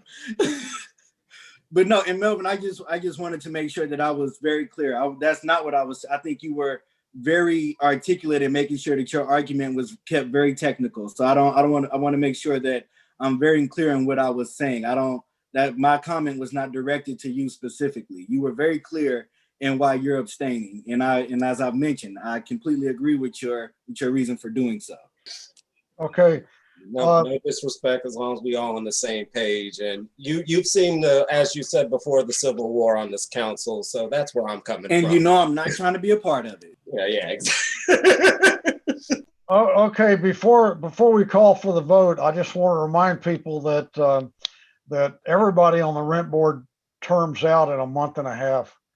And you know, I offered to make sure to appoint a renter if we have an opening at that time, and it looks like you all aren't interested in that. So I think you ought to face up to the fact that we may not have a rent board at all if we can't do a little more collaboration here. So let's vote on the motion. Call the roll, please. Vice Mayor Bates. Yes. Councilmember Jimenez. What is the motion? To approve the appointment. No. Councilmember Johnson. I'm going to abstain. Councilmember Martinez. Abstain. Councilmember McLaughlin. Abstain. Councilmember Willis. Abstain. Mayor Butt. Yes. The motion fails with Vice Mayor Bates and Mayor Butt voting yes. Councilman Jimenez voting no.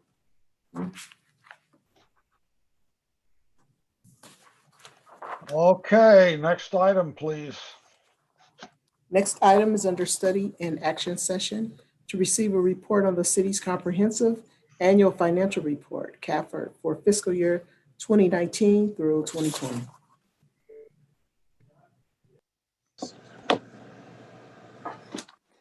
Good evening, Belinda Brown, Finance Director. This evening, we're going to bring you a report, a presentation on the city's comprehensive annual financial report for fiscal year 1920.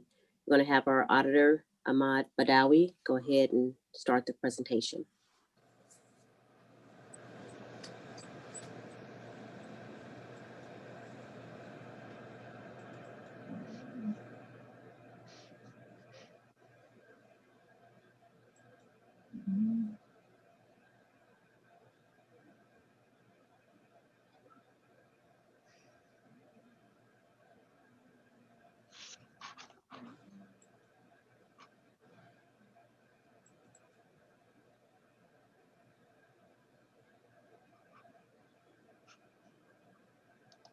Sorry, I didn't realize I was on mute. So good evening and thank you for having me today.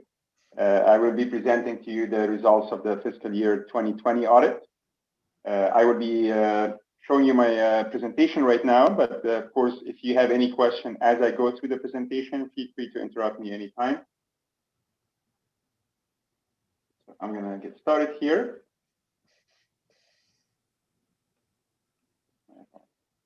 All right, so thank you again.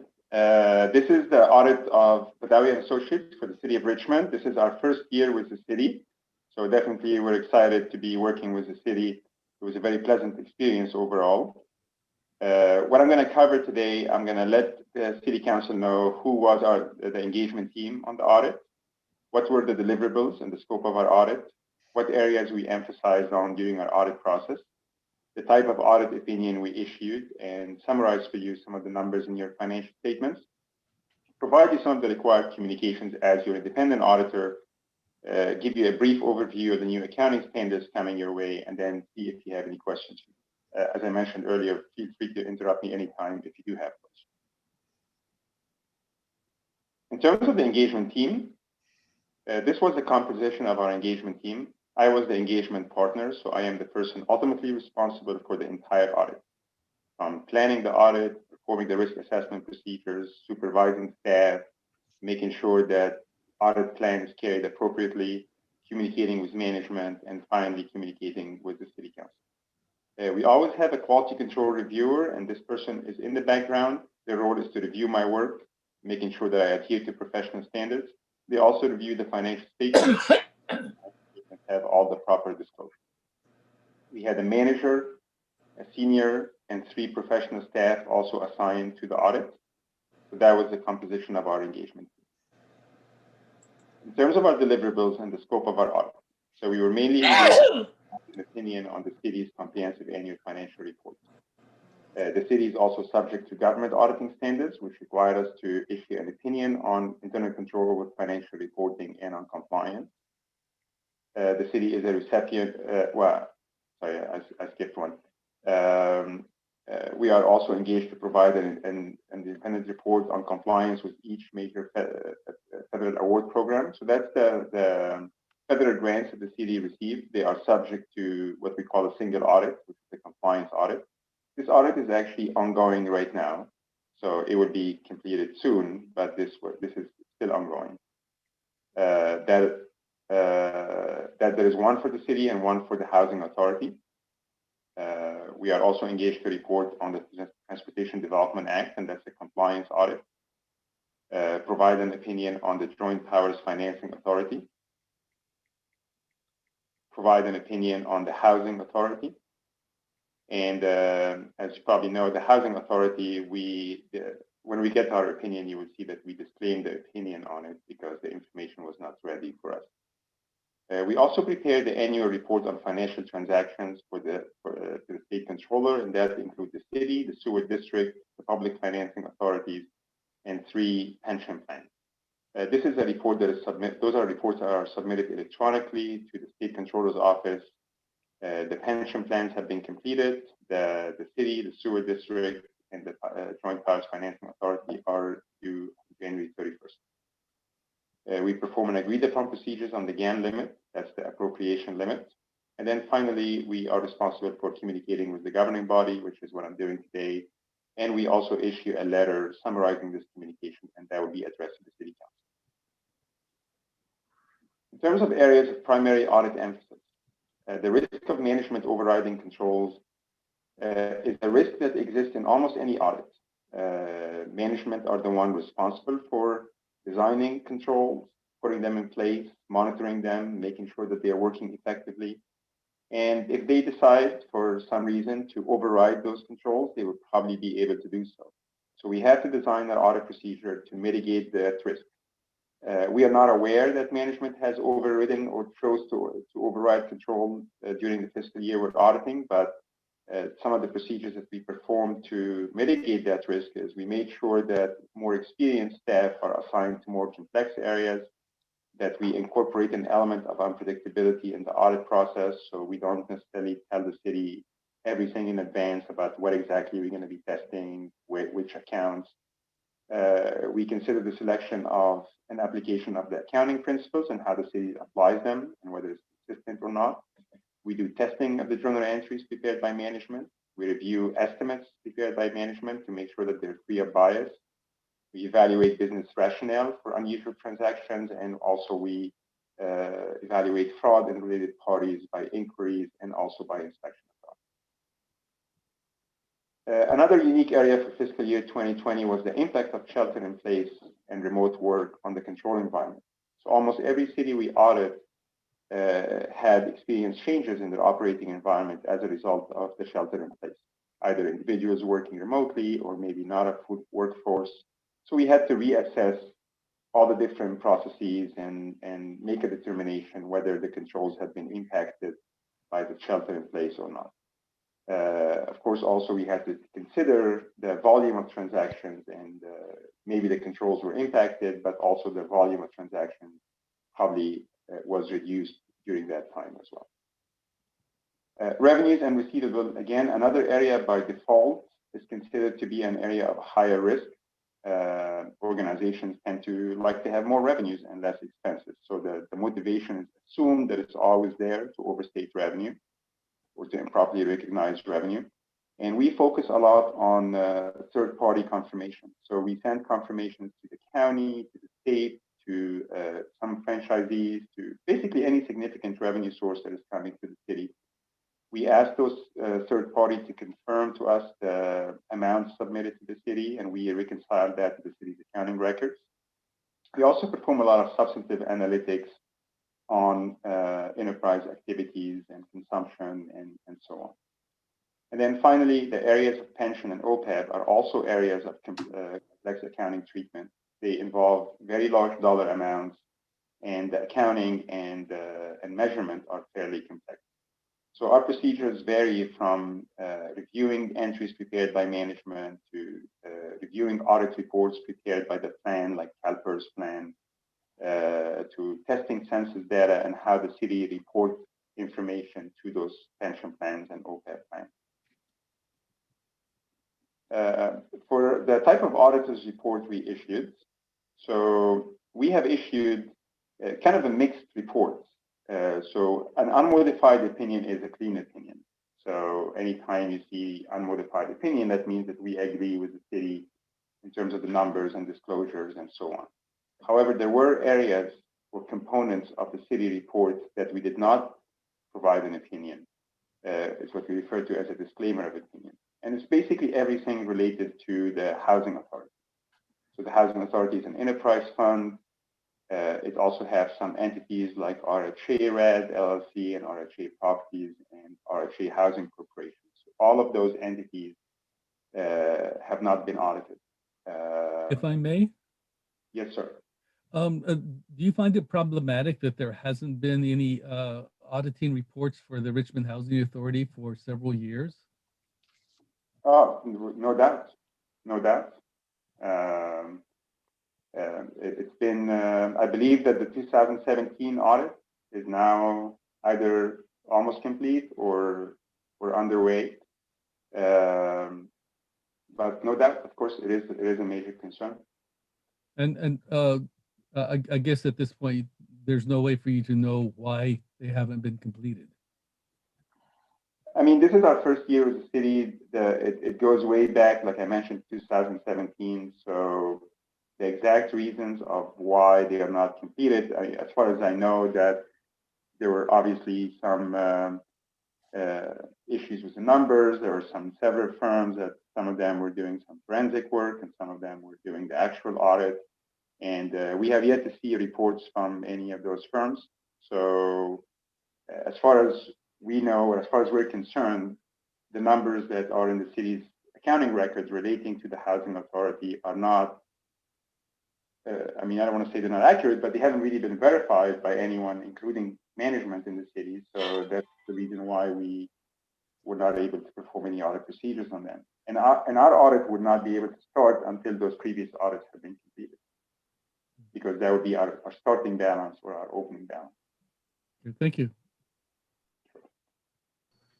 Councilmember Martinez, if I could quickly, I just want to state that for the RHA audits, and Ms. Brown can correct me if I'm incorrect, but as the auditor stated, we are currently working on those audits. So the 2017 audit is scheduled to be done in February of this year, 2018, March, and then the 2019 in April. And then Badalian Associates can work on the current, the 2019, audit. So we are working on it. So I just wanted to let the council know that. So our audit opinion states the standards that we followed in performing our audits. So we followed the generally accepted auditing standards and also government auditing standards. And I wanted to summarize for you what an unmodified opinion means, because even though we are disclaiming the opinion on RHA, but obviously there are many other activities in the city report that are not related to RHA, and those, the accounting records were, as far as we're concerned, were in good condition, and the city was able to provide us all the supporting documentation and information needed to substantiate those balances. So an unmodified opinion means that we believe that the financial statements are fairly stated in all material respects, and that all significant accounting policies have been consistently applied, and estimates are reasonable, and finally, that all disclosures are properly reflected in the financial statements. I also wanted to summarize for you some of the numbers in your financial statements, bearing in mind that this is a 30,000-foot view of the city's financial condition over the last 3 years. So this slide here is a summary of the city's assets over the last 3 years. And like any city we audit, the two largest aspects that we normally see are the cash and investments and the capital assets. That is expected. The city is constantly working on building infrastructure, streets and roads and so on. And it's required to maintain cash liquidity for operations and emergencies and so on. So that is consistent with what we see in most cities. I do not see that there were any major fluctuation over the last 3 years on the asset side. This coming slide here, slide number 14, is the summary of the city's liabilities over the last 3 years. And as you can see, the long-term liabilities, this is where most of your bonds and loans and leases and so forth are listed. And then you have the pension liability and the OPEB liability. And those are the three largest that the city has. For the long-term debt, besides some refinancing activities, you can see that there was actually a reduction. Net pension liability, fairly consistent over the last 3 years. The net OPEB liability, and OPEB is the retiree medical benefits. There was a significant decrease in the OPEB liability. And this mainly has to do with some changes in the actuarial assumptions and experiences and more than anything else. So that's a big increase in that OPEB liability. A big decrease. Can you tell me who makes the assumptions for the net OPEB liability? So the city hires an actuary every year, and the actuary perform their actuarial study. So they follow actuarial standards of practice. They developed actuarial assumptions. The city is supposed to review the assumptions and make sure that they agree with them. And of course, we as auditors, we also review the relevant assumptions and understand where they're coming from. So that's how the actuarial assumptions are usually developed. And who was the firm that was hired? Actually, I can look it up. If you give me 1 second here.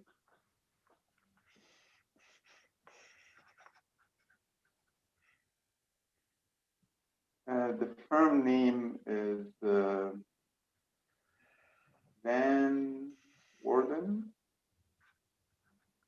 I believe that's the name. Yes, Van Worden. Have we used them before? Yes, we have. Okay. How many times before?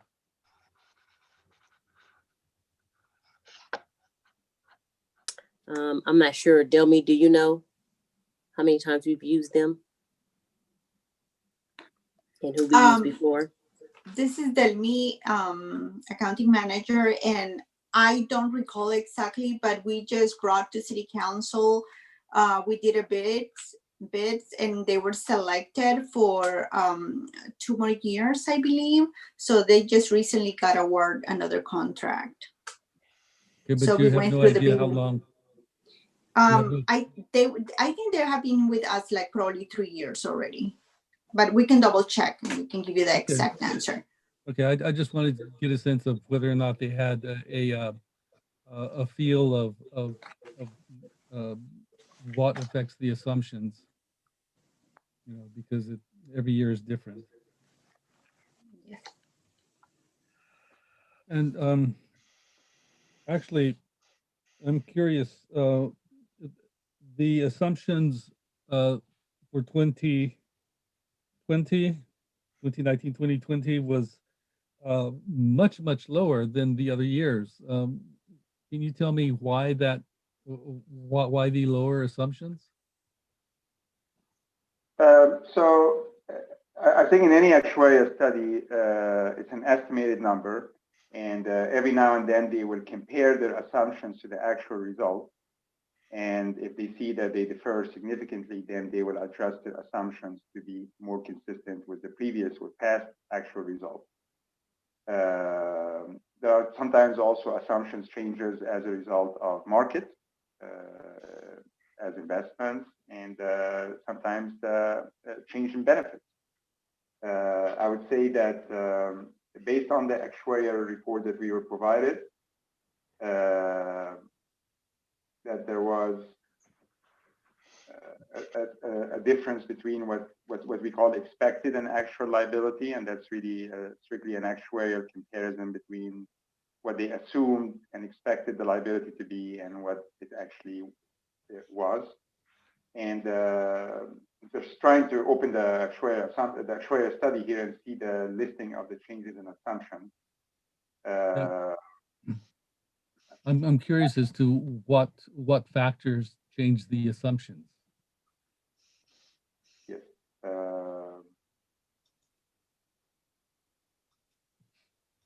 I mean, I can get back to you on that when I look up the actuarial study again. I don't have it off the top of my head, like the detail of which assumptions have changed, but it is in the actuarial study that the city received. And I can, after the meeting, I can look at the details. And Okay, I appreciate that. Thanks so much.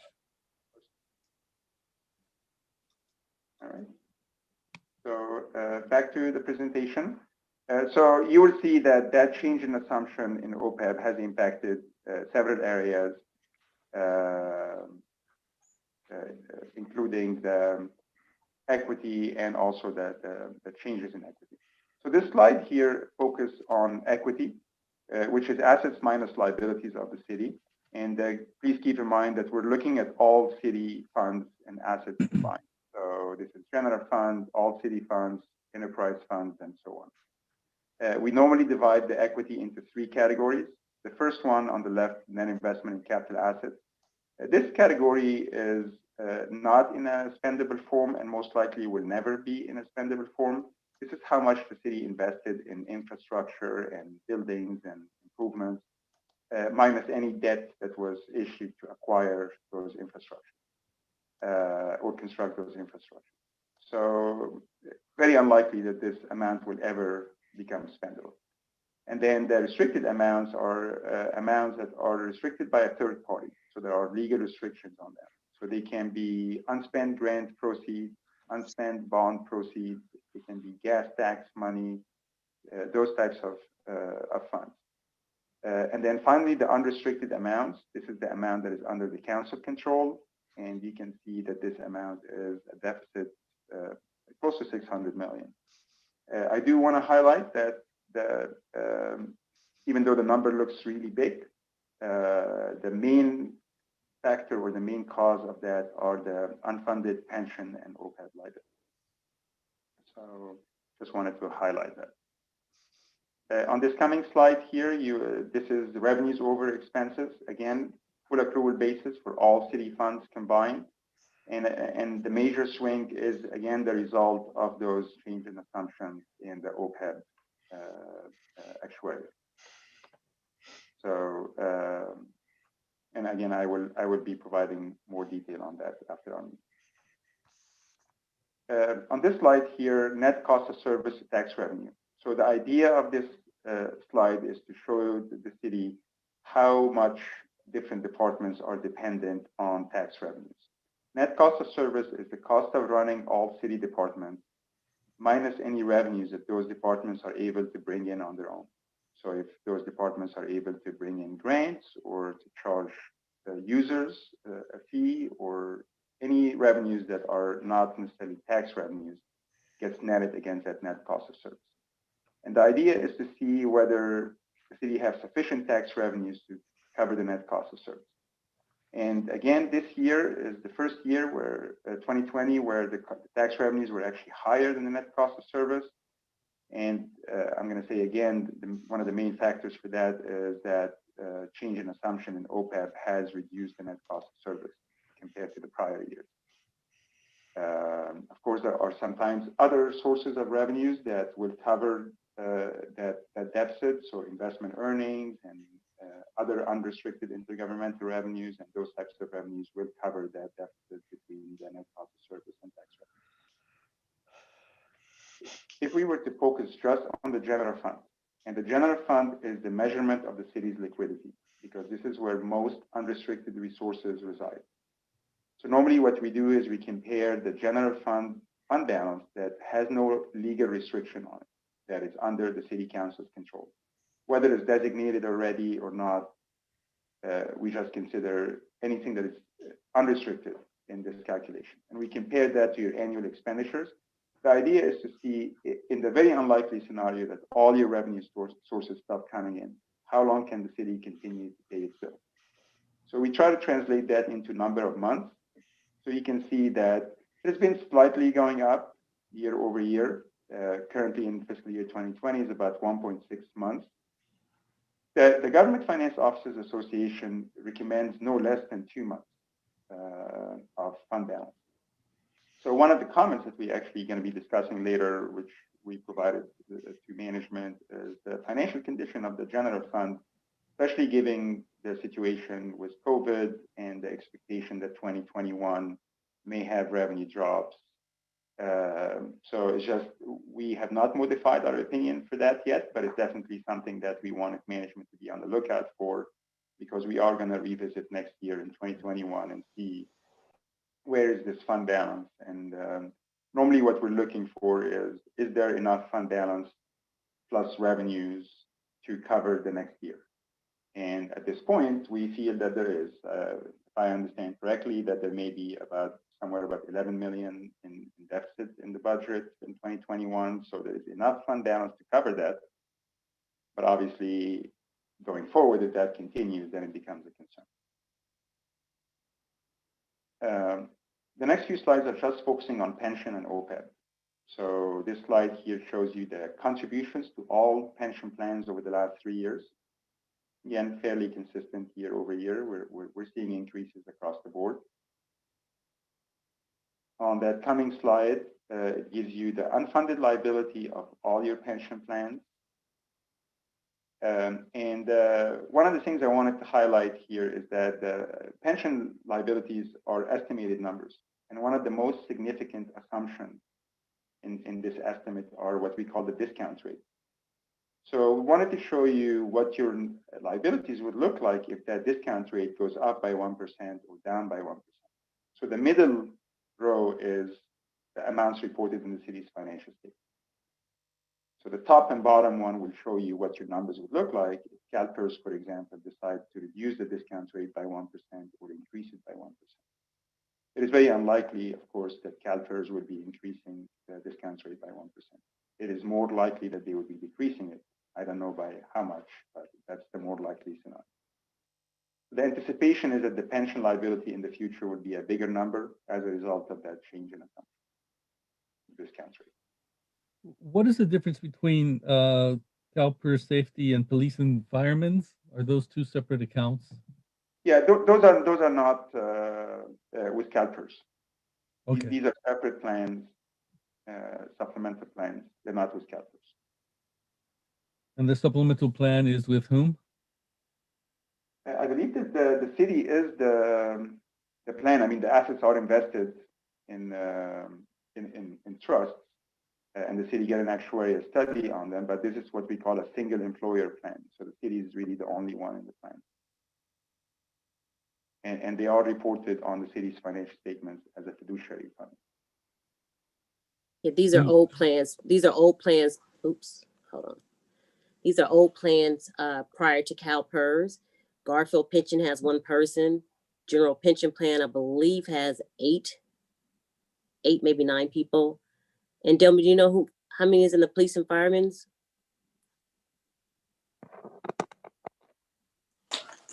They're very old plans. I know. Is there still money being put into the police and firemen's? As of the last valuation, there were 27 members in that plan, and the city contributed about $937,000 to the plan.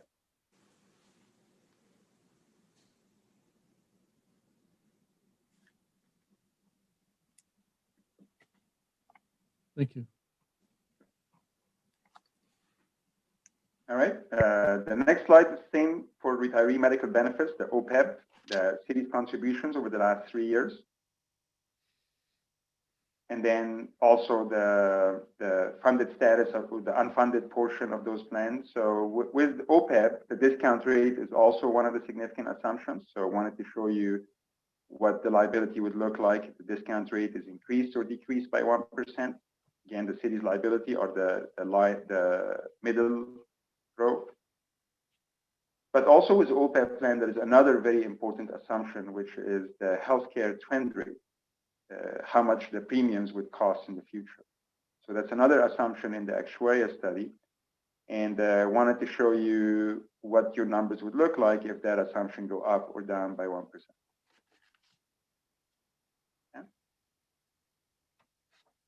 So this was really all the summary about the numbers in the financial statements. And the next section of the presentation is just going over the different responsibilities and some of the required communications as your independent audit firm.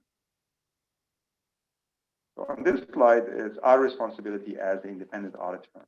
We are mainly responsible to provide an opinion on the city's financial statements, whether those financials are fairly stated in accordance with U.S. GAAP, U.S. generally accepted accounting principles. We're also responsible for evaluating the internal control over financial reporting, including the tone at the top.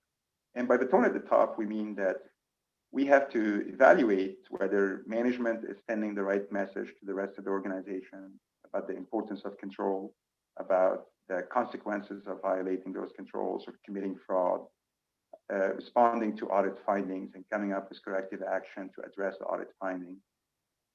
So all of these are factors that we consider when we are planning our audit. We're also responsible for evaluating compliance with laws and regulations, for ensuring that the city's financial statements are clear and transparent. And then finally, we are responsible for communicating with the City Council.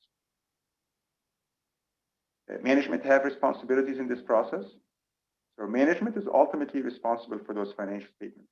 So even though you hire our firm to certify the numbers, an audit only provides reasonable assurance, not absolute assurance, and it does not relieve management from its responsibility for the completeness and accuracy of those financials. Management is responsible for maintaining internal control over financial reporting, making financial records available to us, establishing control to prevent and detect fraud, inform us of all known and suspected fraud, comply with laws and regulations, and take corrective action on audit findings.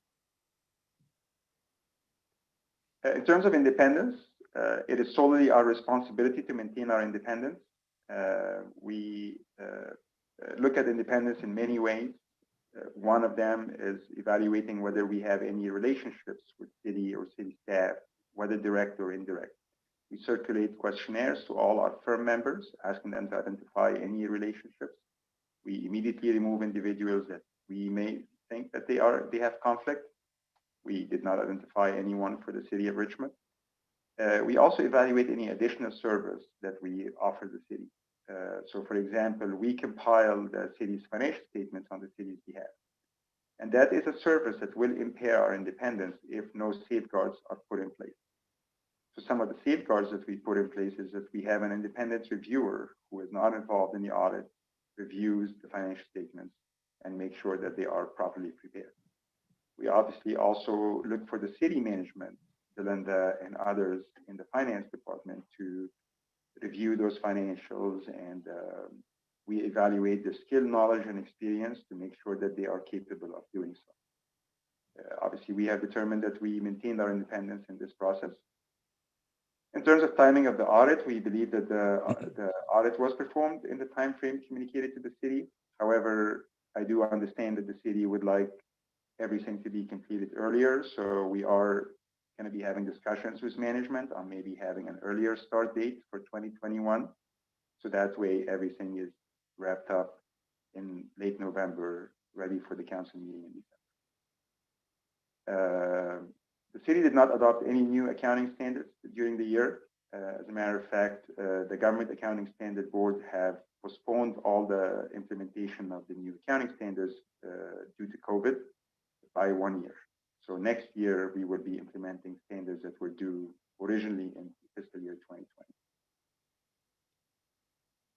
2020. I mentioned that there were some estimated numbers in the city's financials. So I wanted to just give you examples of what those estimated numbers are. Depreciation expense and the useful life of capital assets are an estimate.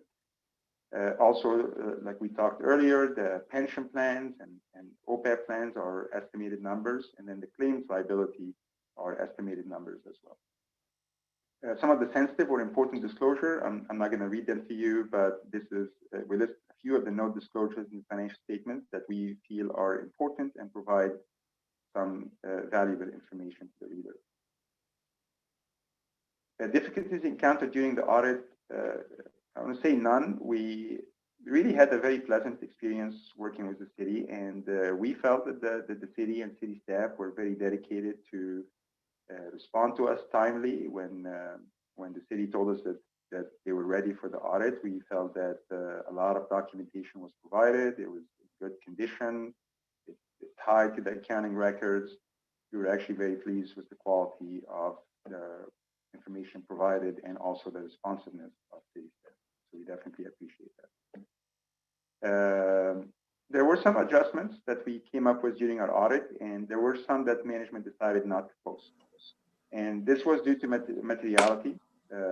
This is something that happened often, where the city provides us the numbers and we review them and audit them and then realize that they have some errors in them. Obviously, if there were material errors, we asked the city to correct the errors. If the errors are not material, we still ask the city to correct the errors. However, the city can make a decision and say they're not really that material and it's not worth our effort at this point. So there were a few. that were considered immaterial, and the city did not record those. And this is normally listed in the letter that we issued to the council, those unrecorded adjustments. So you will be able to see that when you receive that letter. There were no significant risk or exposure identified. And by that, I mean anything that was not already listed in the attorney confirmation. So we send attorneys to pretty much all the law firms that litigate on behalf of the city, and we ask them to communicate to us the status of litigations. Oftentimes, these litigations are covered by insurance, and if it's not covered by insurance, you want to make sure that there's proper disclosure in the financial statements, especially if there are high probability of losses. We had no disagreement with management. We had some deficiencies in internal control, and I listed those deficiencies here. Of course, we issue a more comprehensive letter with management responses, but this is just a summary of those observations. So the first one I mentioned earlier was the city's financial condition. As of right now, we have not modified our audit opinion as a result of that. However, there is one thing that we are observing closely, and I'm sure management is observing closely as well. We want to see the fund balance in the general fund being higher than that compared to annual expenditures. So it's something that we're watching for. Review of capital asset schedules. So we felt that some of the capital asset schedules that we were provided were really just prepared by one person and provided to us with no independent review. So we recommend that there's a secondary review on anything, basically. Cutoff and accrual of expenditures. We noticed that there were about approximately $5 million of expenditures that were supposed to be accrued in the prior year, fiscal year 19, but they were not. So when we were doing our audit this year, we realized that those were not properly accrued into the prior year. So we recommend the city to just have a more strict cutoff procedures where you look at subsequent disbursement and making sure that if they relate to the prior year, that they are accrued back to the prior year. And then finally, we've noted some segregation of duties in accounts payable and payroll. And I believe the city have already addressed those when we brought them up, but we always want to see segregation of duties between individuals who can control creating a new vendor, changing information of an existing vendor, and paying the vendor. Same with payroll. We want segregation of duties between individuals creating employees, changing employee information and pay rates and so on versus the one processing the payroll. So we basically just recommended to the city some segregation of duties there, or at least some mitigating review procedures.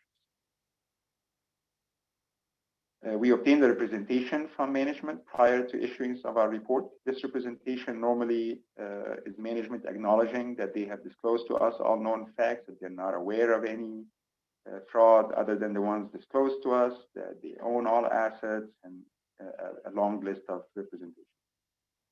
We're not aware that the city has engaged any other accounting firm to consult on audit matters or to get a second opinion on audit matters. Other than the engagement letter and the representation letters, we had no other significant communications with management.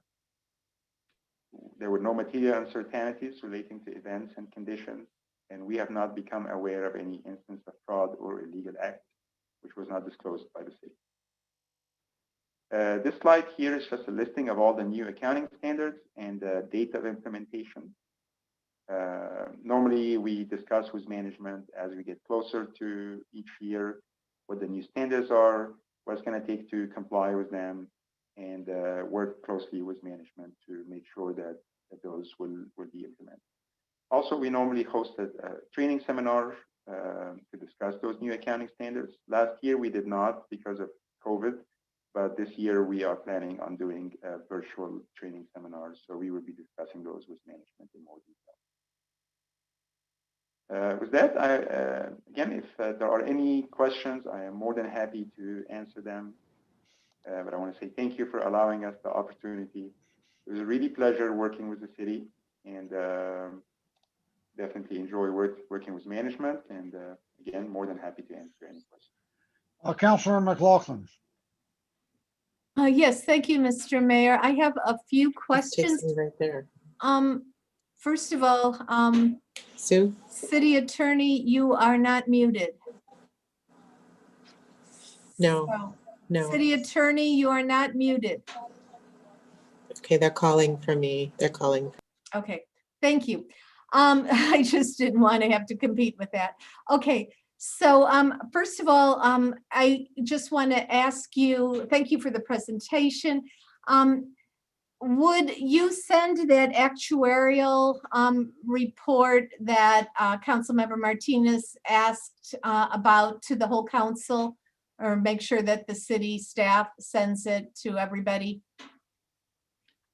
Sure. I mean, it's not my document, but I am not We aware can of send it. Okay, so We'll our send it. finance director will send it. Okay. So now this is a question that I'm not sure if you might have answered it. But the city staff had forecast a deficit of 29 million for the general fund. And what I'm hearing from this presentation is that it's a pretty positive indicator of where things are at. The general fund showing a surplus. I understand the trust for the OPEB liability received a substantial increase. And the overall government-wide net position is more than 19 million. So maybe this is more of a question directly to city staff. How did finance staff forecast a deficit of 29 million? And when these positive indicators were coming forward? So I don't know if I missed it in the presentation somehow, or if city staff or yourself, in terms of, you know, the auditor, if you would be able to answer that.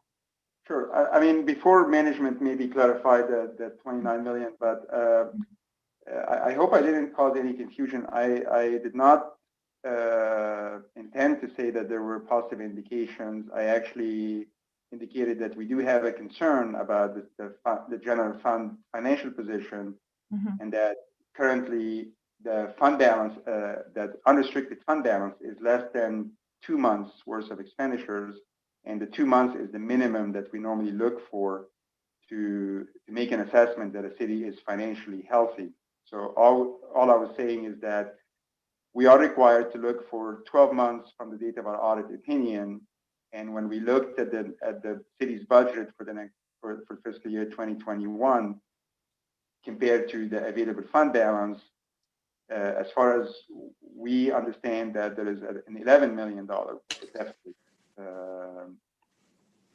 But other than that, again, it's an issue that we still think needs to be addressed, that it is a concern. And I was just saying we did not modify our opinion this year, but it's definitely something that we wanted to bring to management attention. And we're going to be looking at it again in 2021 to see if a modification in the opinion is needed. So I apologize. I am in no way saying that there are a lot of positive indications. Okay, there does seem to be, it seems a little more positive than what I would have expected. I mean, the 13.51%, our city's expectation, or our city's goal is to have 15%, but this, in terms of surplus, it went from 12.03% to 13.51%, which is a jump. So yeah. This is what happened in fiscal year 20. Those are the facts. You do have a higher general fund balance. So I thought I had seen somewhere that, you know, this is indeed 2 months worth of 2 months worth in terms of surplus. Is that not correct? It's 1.62 months. Okay, I see number of months. All right. All right, so it's getting close there. It's trending in the right direction. I do also want to clarify that the unrestricted fund balance is everything that does not have a legal restriction on. However, that the city council may have already designated some of those fund balance for other purposes. Right, So right. that is really, I'm just looking at what's under the city council's control if you have to make changes and use them in other ways. I just thought I read somewhere, maybe in your report or something, that it was 2 months, but, you know, maybe you're saying that's not the case. You're saying that's not the case. It's 1.62. Unless you've seen my older version of the presentation, I did not have the 2 decimals. So Okay. it did look like 2 months, but otherwise, no. Okay. I have another question, and this is something that you said toward the end of the presentation, that you said there were items that the city chose not to change, even though you recommended it. Could you clarify that? Sure. So, for example, the city have investments. Those investments, per the accounting standards, are required to be recorded at fair value, at basically market value. A common adjustment that happens at the end of every year is for the city to record the adjustments to fair value. Well, the adjustments to fair value this year were below materiality, and the city did not record them. So we asked the city to record them, and the city made the decision not to. Just because the amounts are not significant, and maybe the effort of recording them. And it's common because cities normally tend to hold on to those investments until maturity. So sometimes they're reluctant to do that. But of course, if the amount was material, we would have insisted for the city to record that. Okay. Thank you. I appreciate all your work. I think I must have seen an older version in terms of the 2 months or something, but on that, and it sounds like the discrepancy was a smaller amount in terms of what you recommended and what the city did not do, right? Well, again, this is my assessment of the fund balance of the city. The city may have different measures that it uses in establishing reserves and things like that. I mean, on the investments thing that you said. Yeah. Yeah, I mean, again, this is a common thing that happens in auditing, where that's why there are requirements that when there are uncorrected misstatements, that we are required to report them to the city council. But we know what management have chosen to not record. Of course, we are also required to evaluate the impact of those uncorrected misstatements on the financial statements and make sure that none of them is material, either individually or in the aggregate. Not only that, but we also aggregate them year over year, because something may be immaterial this year, but next year, the aggregation of it may end up being material. Does this have anything to do with swaps? I know that's something that I'm very interested in trying to, I know I'm very concerned about swaps and such. So does that have anything? It doesn't. The swaps are recorded at their market value, at their fair value. Okay. In the financial. And the swaps are recorded as a liability on the city. Okay. They're recorded as a liability. Okay. All right. I have a lot more questions, but this gives me enough for now. Yeah. Thank you. Councilmember Jimenez.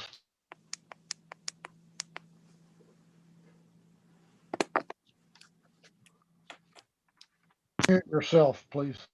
Yeah, thank you for the presentation. I want to follow up with some question, but about the swap. But first, how the actual expenses for OPEB liability differ so much from the actuals, which you put it at over 20 million overestimated. Well, like I said, I will go back to the actuarial study to just refresh my memory of the detail of the change in assumption. The numbers are significant, but assumptions changes almost annually. It's just a question of why is it so significant? But it's a very common occurrence for assumptions to change. Actuaries assume a lot of things from rate of return to when do people are going to retire, how long are they going to live, what the premiums will cost in the future, who's receiving benefits, what kind of benefits are we paying. So any of those things, if it changes, it will be reflected in those actuarial studies. So it's a common thing for these things to change. It is an estimated number to start with.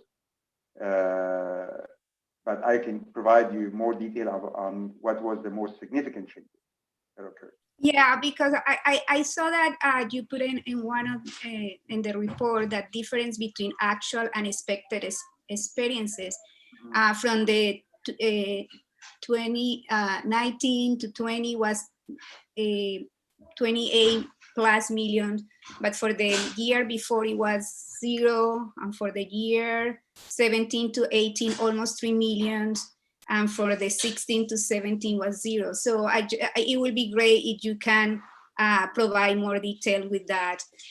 And with that, I will want to kind of like ask the staff, when will finance staff be presenting general fund budget to actuals thus far for fiscal year 2021? I'm sorry, what about the presentation? What were you asking?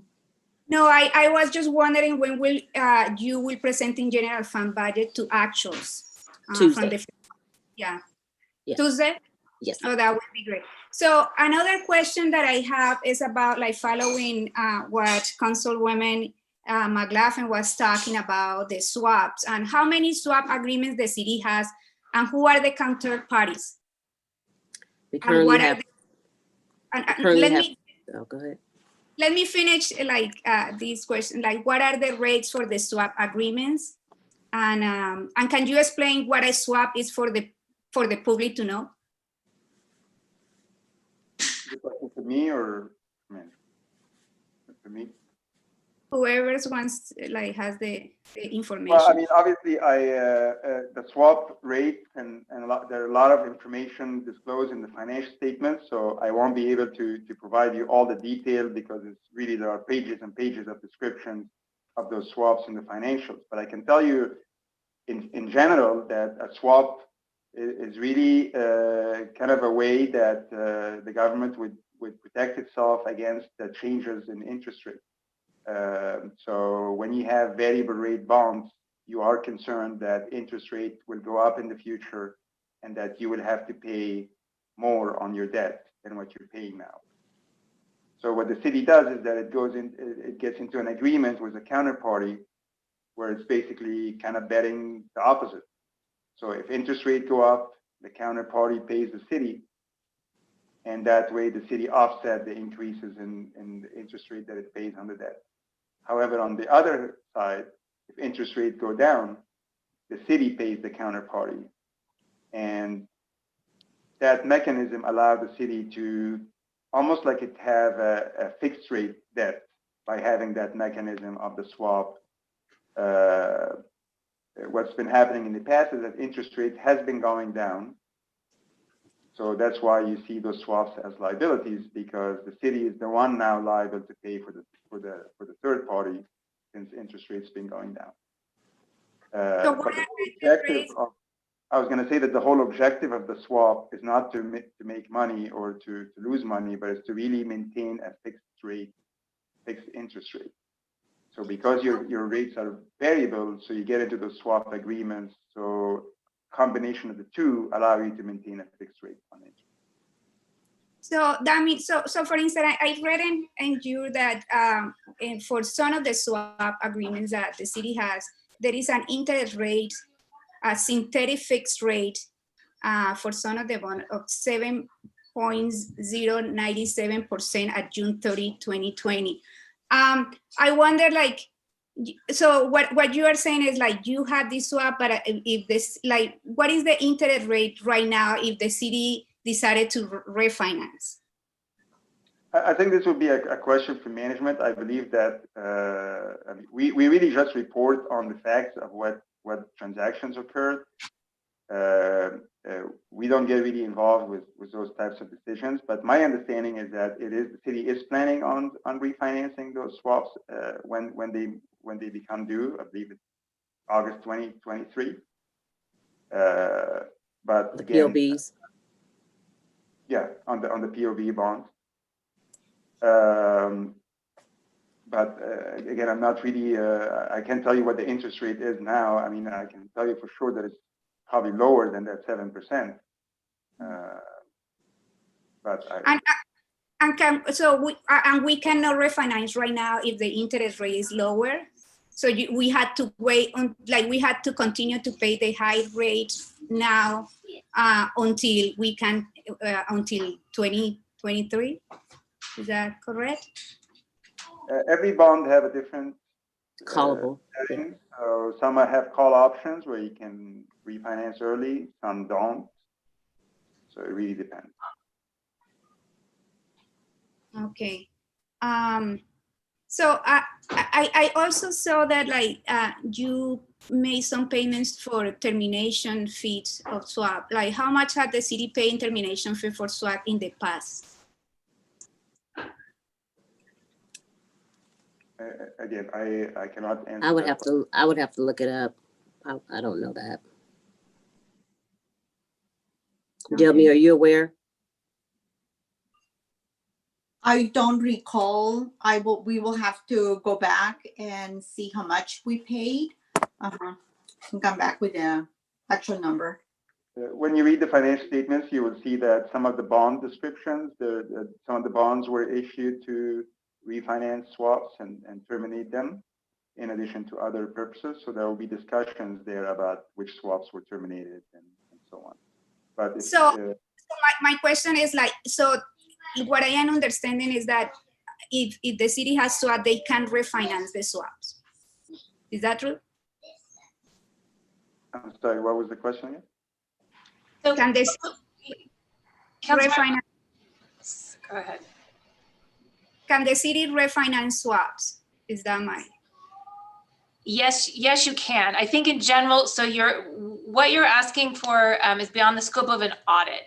And maybe what we need to do is we can have a separate session on like all of our sort of bonds and bond strategy and where we're going, because the finance department has been very aggressive working with our outside financial advisor over the past year, looking at our entire debt portfolio and refunding and refinancing. It's called refunding in bonds for some reason. And we've done several of them in the past year, and we're planning on doing some more. So maybe Belinda, could you please chime in and just give a little bit of overview about bonds? Well, for the swaps, we have 3 swaps left. One is on the successor agency, and then we have 2 for the pension obligation bonds. We are trying to terminate the swap on the successor agency bonds. So we're working on that right now. And the pension obligation bonds, we will be coming back to council maybe later on this year to have more discussions surrounding that. Okay, thank you. And I have 2 more questions. Like, so how much will be the termination fee that we will have to pay for the termination of the swap that you mentioned?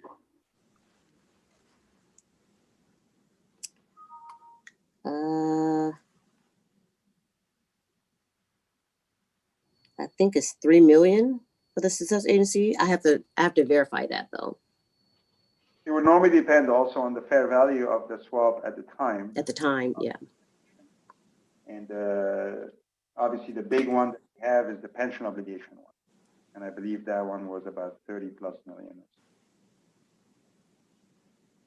Okay, and my last question, thank you so much. I just saw that it will appear that the city has paid off its last negative fund balance in the amount of 2.9 million.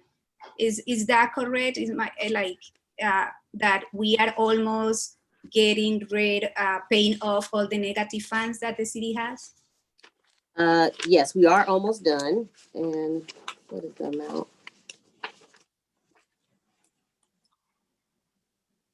Antonio, do you have the chart up that shows what we have left to pay? Let's see.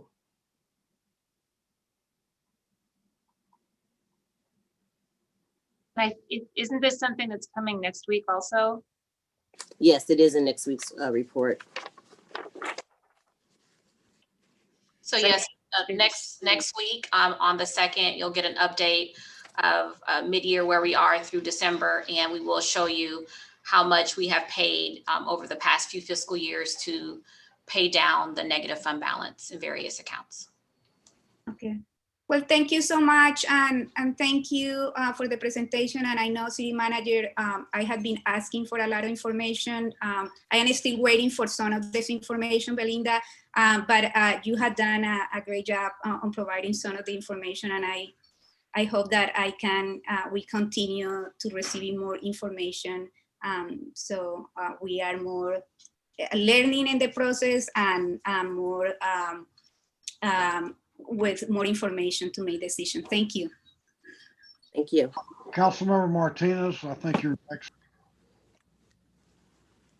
Mute yourself. Yeah, okay, thank you. I want to stick to the audit. On the government-wide financial statements, you had a chart with a check on it, where it shows that in, let's see, in 2018 we had a deficit of 2 million, 2019 18 million, and then this year we have a $19 million positive. So my question has to do with how we ended up with the $18 million deficit. My understanding is that it came from the swaps. Was that the year that we had that our was that the year that our ratings fell and we were forced to close out a swap, and because of that the debt was 18 million? Is that correct? Are you referring to slide number 16 here? I'm referring to 2019 on the government-wide financial statements where we had the 18 million deficit, 18.5 deficit. So was that deficit caused by the swaps? I'm sorry, I'm not following where exactly are we looking? Well, actually, let me see if I can find it in the Referring to the audit financial statements? yeah, in the audit. I was referring to the PowerPoint that you gave us, and I don't know what page it was. because your page numbers are different than the page numbers that showed up in the packet that I got. So I had. I believe that was the correct slide with the check mark. Maybe he's rounding that one. It looks like a check mark. Yeah, that's the one. Correct slide that he's referring to. Thank you. Yeah, that's the slide I'm referring to. So in 2018, we had about a $2 million deficit. In 2019, it went down to 19 million. So was that $19 million deficit caused by the swaps, or if not, what was it caused by? So these aren't, I don't think these are deficit numbers. I think what this is showing are changes in the government-wide financial statements, and that is again a roll-up of a whole bunch of funds. So Okay. Ahmed, if you could explain this slide a little bit more about what it's actually showing. Sure. This is really just revenues over expenses for the year using full accrual basis accounting. So it would be different than looking at just a general fund or any other fund. For example, those numbers would include depreciation, will include pension expense and OPEB expense. And I can tell you for the year we audited, the big jump from net deficit 19 to positive 19, it's not the only reason, but one of the main factors is that OPEB liability change.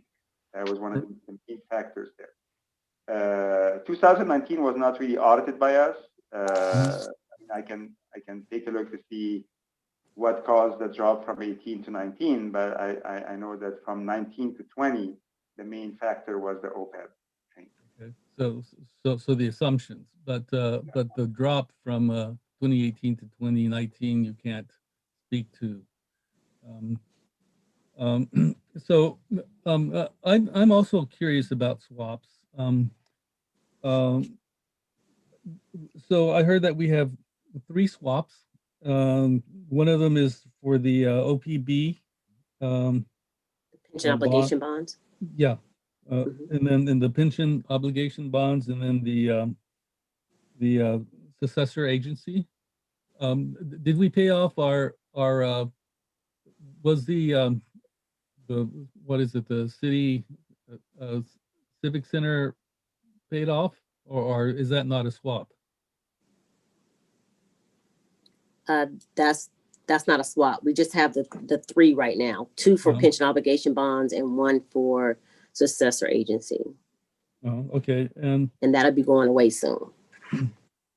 okay. And if we had not done swaps, can you estimate about how much money we might be actually, I'm curious as to how much money we've lost from the swaps because of the change in interest.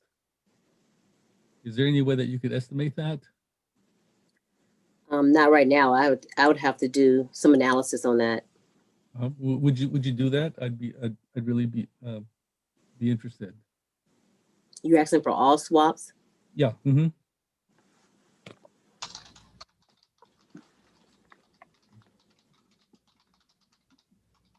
So have we tried to negotiate for better rates on these swaps?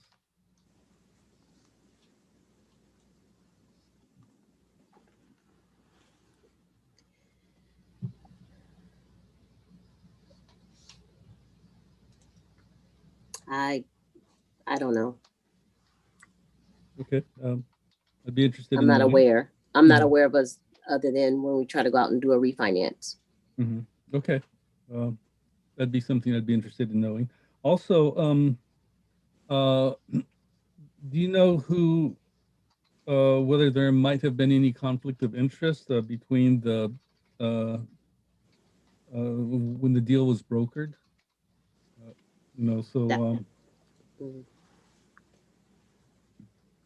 That was before my time, so I'm not aware. Okay, but there's documents that would show us, correct? Show us if show us who brokered the swap. Yes. Okay, so and then I guess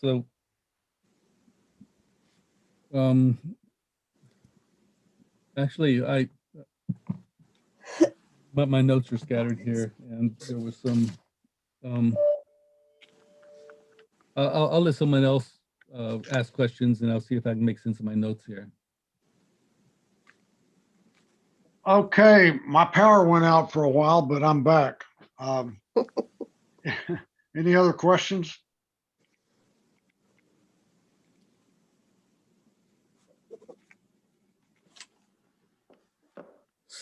Councilor McLaughlin.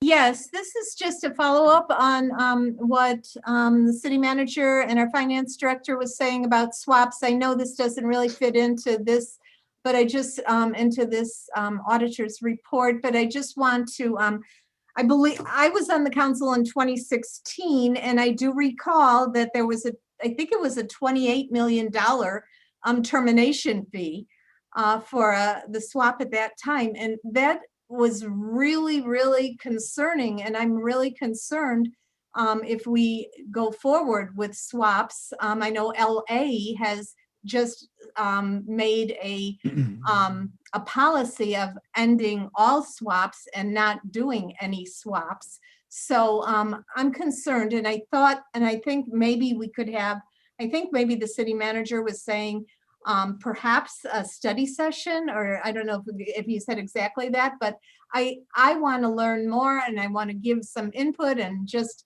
from what I've learned already, and see what city staff thinks and all that. So hopefully we could have such a study session soon.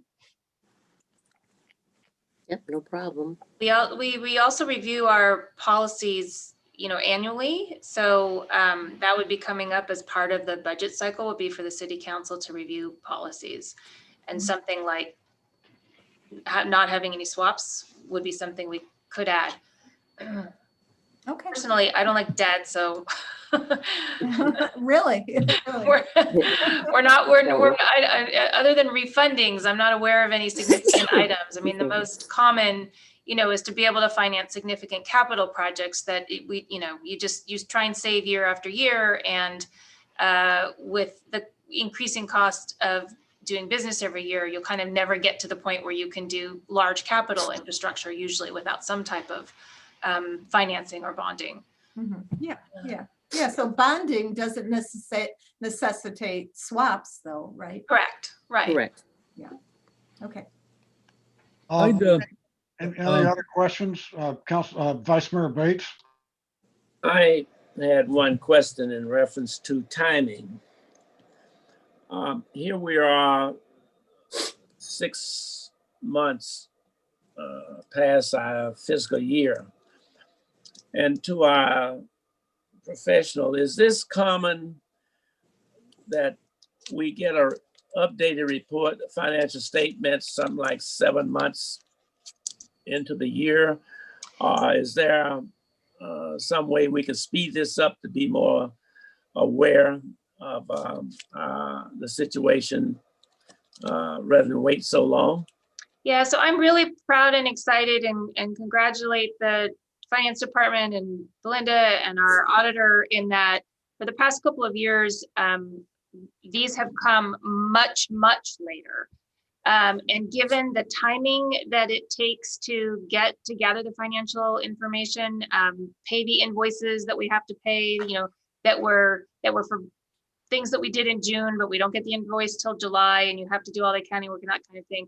We now actually are on the most common schedule, the most common time frame, where it is typically 6 months before we get a capper. That is what's common in best practice in all the cities I've known. Okay, the last question is that when are we going to address this significant deficit? We are going to be, we've asked management partners, as you all know, to come in and take a look at a variety of things, come up with some options, check those 5-year projections that we had previously had you all look at last year. So there's another sort of view, oversight and look at what those projections look like, checking all the assumptions, and we'll be starting to come to you all with information related to that process. I'm guessing late March or so. We're trying to do it as soon as possible, but it's taking time again for them to gather the information. Okay, I had a couple of questions.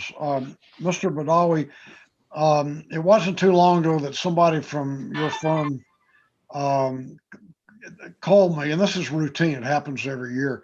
But anyway, they called me and asked me, among other things, if I was aware of any fraud. And I told them that I did not have firsthand knowledge, but that several senior staff members had made allegations of fraud.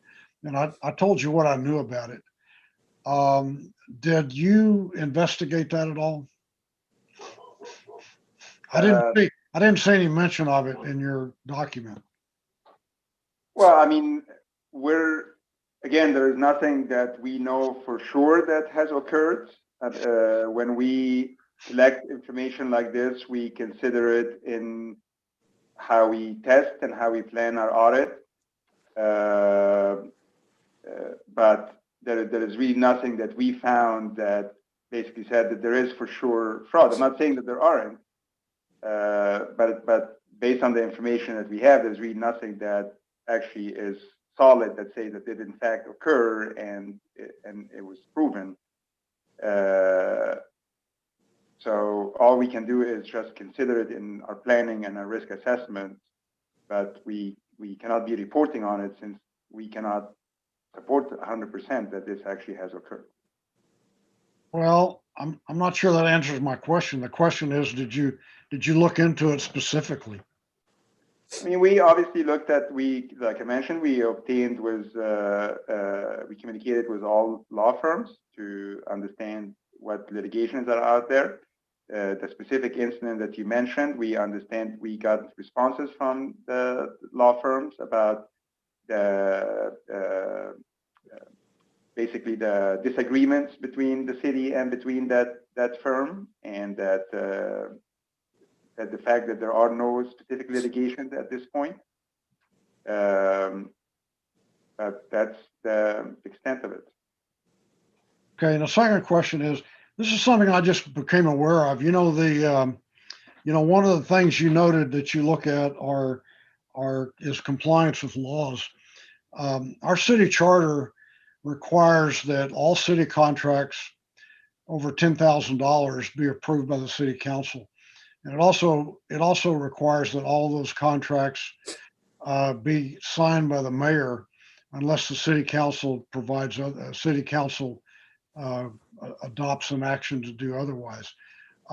So I recently became aware that that a lot of contracts for years have been entered into by the city without approval by the city council and without being signed by the mayor. So maybe it's too late to look into that, but I just want to bring that to your attention. That comes under the heading compliance with laws, which was on one of your slides. Sure. I mean, definitely, it is something that we consider. Let me maybe talk a little bit about that. So every year, I mean, obviously, we can't go back multiple years, but every year we look at the expenditures that the city expended. We make selections from it. If those were payments on contracts, we normally obtain the documentation about the contract, which would include bidding and other procedures that the city followed. We will compare that normally to the city's procurement policy and make sure that this procurement policy was followed. Policies are not laws. So if a policy was not followed, that doesn't mean that there was a violation of the law. But of course, we always encourage our clients to follow the policy. That's why they have them. And if they're not, we will report on it if we become aware that the policies are not being followed. It is a little bit different than compliance with laws, though. But it is definitely something that we consider. Well, the charter of the city is not a law. No, the charter is a law, but I mean the policies are usually internally, unless there is something that is written in the charter that says that. Then yeah, but most policies are usually internal practices and don't elevate to become a law. Well, when you look at this fiscal year, you'll find multiple contracts that were entered into by the city without being approved by the city council. So that might be something to look for in your next audit. Oh, absolutely, absolutely. Okay, are there any other questions? If not, I would entertain a motion to receive the audit. Actually, we have speakers. Oh, I'm sorry. Okay, call the speakers. We have 4 speakers. Okay, we have Yen Do, Sean Staubum, Randy Joseph, and Gabriel Holland. I'll start with Yen Do. You'll have 2 minutes to speak. You can go ahead and start. Good evening, members of the council. My name is Yen Do, and I'm the field representative for SEIU Local 10-1, representing your city service workers, and I'd like to speak on item H1. I'd like to reflect on the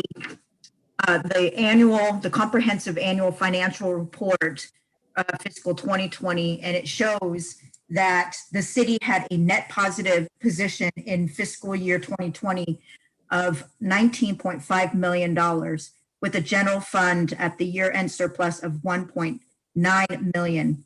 In other words, the city is not broke.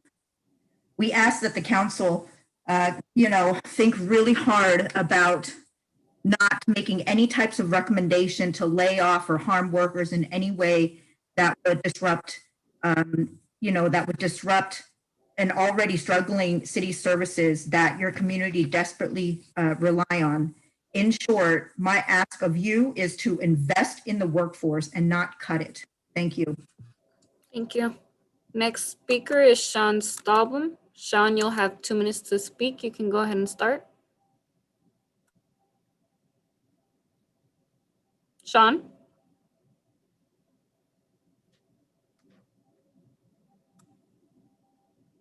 Hello? Sorry, I had to unmute myself. That's okay. Go ahead. Thanks.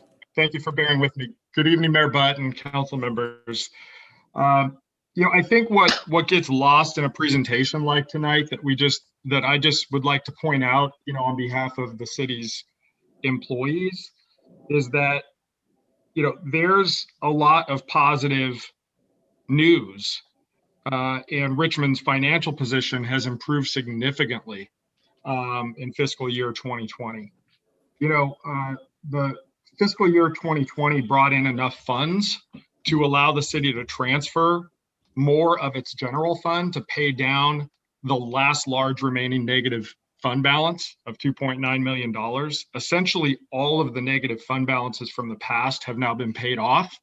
We've seen a consistent effort over the past several years to pay off those fund balances.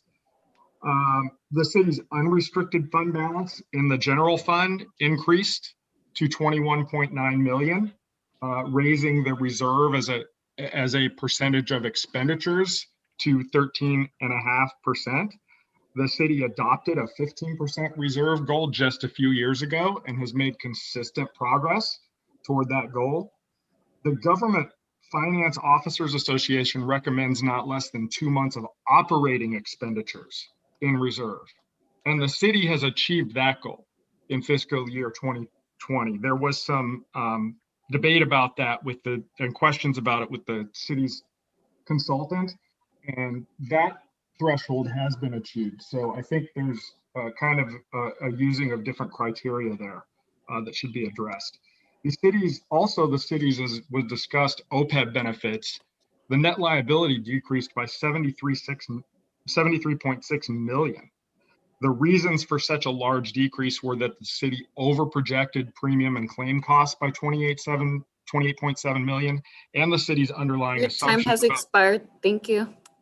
Next speaker is Randy Joseph. Randy, you'll have 2 minutes to speak. You can go ahead and start. Can y'all hear me? Yes. Okay. I'm not really going to talk about what the report is because it's really hard to understand what that report is. As somebody who does it for community members who don't understand what these words mean, what this financial position means, what these charts mean. So I think for reporting to the city, we have to find a way to get community involvement. And to get community involvement, you have to put this in language where the community can understand. Because I can see a lot of community members looking at this chart and have no clue where to ask questions, don't understand what the financial things is, don't know what does this mean, because it's not in simple, plain community speak to have them understand what's going on. So I applaud the city council, I applaud people in the city offices to find a way to make this digestible to normal community members so they can follow along and be interested and understand what's going on with the financial positions that's going on in the city, to make a clear opinion and to come back to city council with options or how the way that we can save money and make more money for the city so we can get vital services that we need. I implore this city council to do that. I yield the rest of my time. Thank you. Next speaker is Gabriel Holland. Gabriel, you'll have 2 minutes to speak. You can go ahead and start. Good evening, council members. Gabriel Holland with SEIU 1021. I just want to add my remarks to my colleagues that the city's picture is much rosier than I think we would have thought last June. And the comments about the OPEB liability and the general fund reserves just on its own is pretty startling at how well we're doing. I would also point out that now with the Biden administration and the fact that we won in Georgia, I think it's likely that we'll see funds come down. What I understand is Biden's planning on putting forward a plan of $350 billion for state and local governments, which obviously Trump never would have done. So I would just say that I think the future is looking a lot brighter. I also want to remind everyone that we passed the gross receipts tax, which will, I think, also bring in more revenue and have unexpected gains from the real estate transfer tax that we passed 2 years ago. So I think actually Richmond, is in much better shape than say Oakland that didn't pass the gross receipts, and they're regretting that they didn't do it now. I just think that the future is much brighter. I would reiterate my colleagues' comments that we should preserve city services during a pandemic and not think through an austerity lens when we're doing so well. Thank you. Thank you. And we have one more speaker. That is Ben Terrio. Ben, you'll have 2 minutes to speak. You can go ahead and start. Thank you. I just wanted to echo my colleagues' concerns and also talk about that it's a vastly different arrangement than what we saw 6 months ago at the beginning of the fiscal year and before. And I think it's very advisable that the council members and also what Mr. Joseph said, and there needs to be a really hard look and perhaps in a study session to break this down to more explainable terms, because there's clearly some sort of a disconnect in understanding that. And then also just it's clear that there's big difference in what was told to us and the actual what was played out at the end of the day, at least in this mid-level or mid-year review. Thank you. Thank you. There are no more speakers. That was our last speaker, Mayor. If I may just add one thing, that I do want to clarify that our presentation is really just reporting the facts, and they are reporting the facts as of a certain date, which is June 30, 2020. And we also assess based on other cities that we audit. So yes, there was improvement year over year in the financial position, but I did also clarify that the way we see the fund balance in the general fund it is definitely below the average that we see in a lot of cities. So I just wanted to clarify that, but I also wanted to clarify that we are reporting information as of basically 7 months ago. So how things are today can be obviously different. I just wanted to clarify that. Okay, do I have a motion to receive the audit? Actually, I have a few more statements, questions. Okay. And it goes to Ben Terrio's statement about the difference of the mid-year report and the report that we're receiving now. At what time did staff realize the big difference between what we were hearing then and what's being presented now? So this audit report is as of June 30th. It's looking at last fiscal year's audited statements. So I think you're confusing last year's audited financial statements with this year's budget, which we haven't had the mid-year yet. We're going to come back next week and give you the update for the mid-year. Okay, I guess I was referring to the projections. Last year, when we were looking at the budget, we were making projections for this year, and they weren't the projections that we are rather the projections that we see here. So we'll discuss that more. This audit didn't make any projections. It talked about what the situation was at the end of last year. Can we get a motion to receive the audit? I will move to receive the audit, but I would also like to ask for the staff agreed to do a study, and in the study, I'd also like to include an explanation of how we entered into our swap deals, and I'd like to receive communications from communications that were shared in the making of the swap deals. So do we have a second? That's a long time ago, but is there a second? I seconded the motion, Mr. Mayor. Okay, second by Willis. Do a roll call vote, please. Vice Mayor Bates? Yes. Councilmember Jimenez? Yes. Yes. Councilmember Martinez, Yes, we received. Councilmember McLaughlin, Yes. Councilmember Willis, Yes. and Mayor Butt. Yes.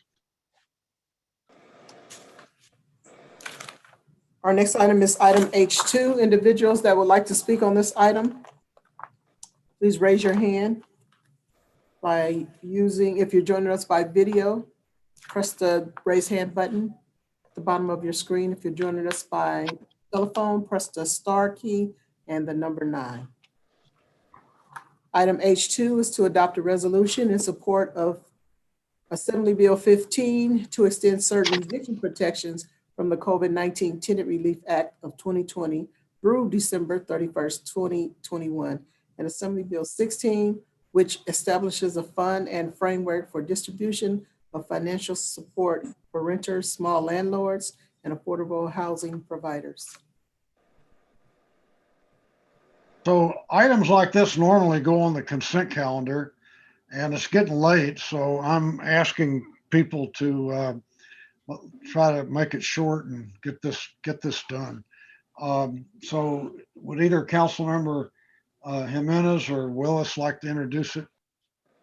Yeah, and I introduced this, and I wanted just to talk about like why, despite of like SB 91 to be introduced by the governor. So according to a study by UC Berkeley, 20.7% of California households had little to no confidence that they can pay their rent or mortgages payments next month. This housing insecurity has a disproportionate impact on Black, Latino, and Asian Americans in California.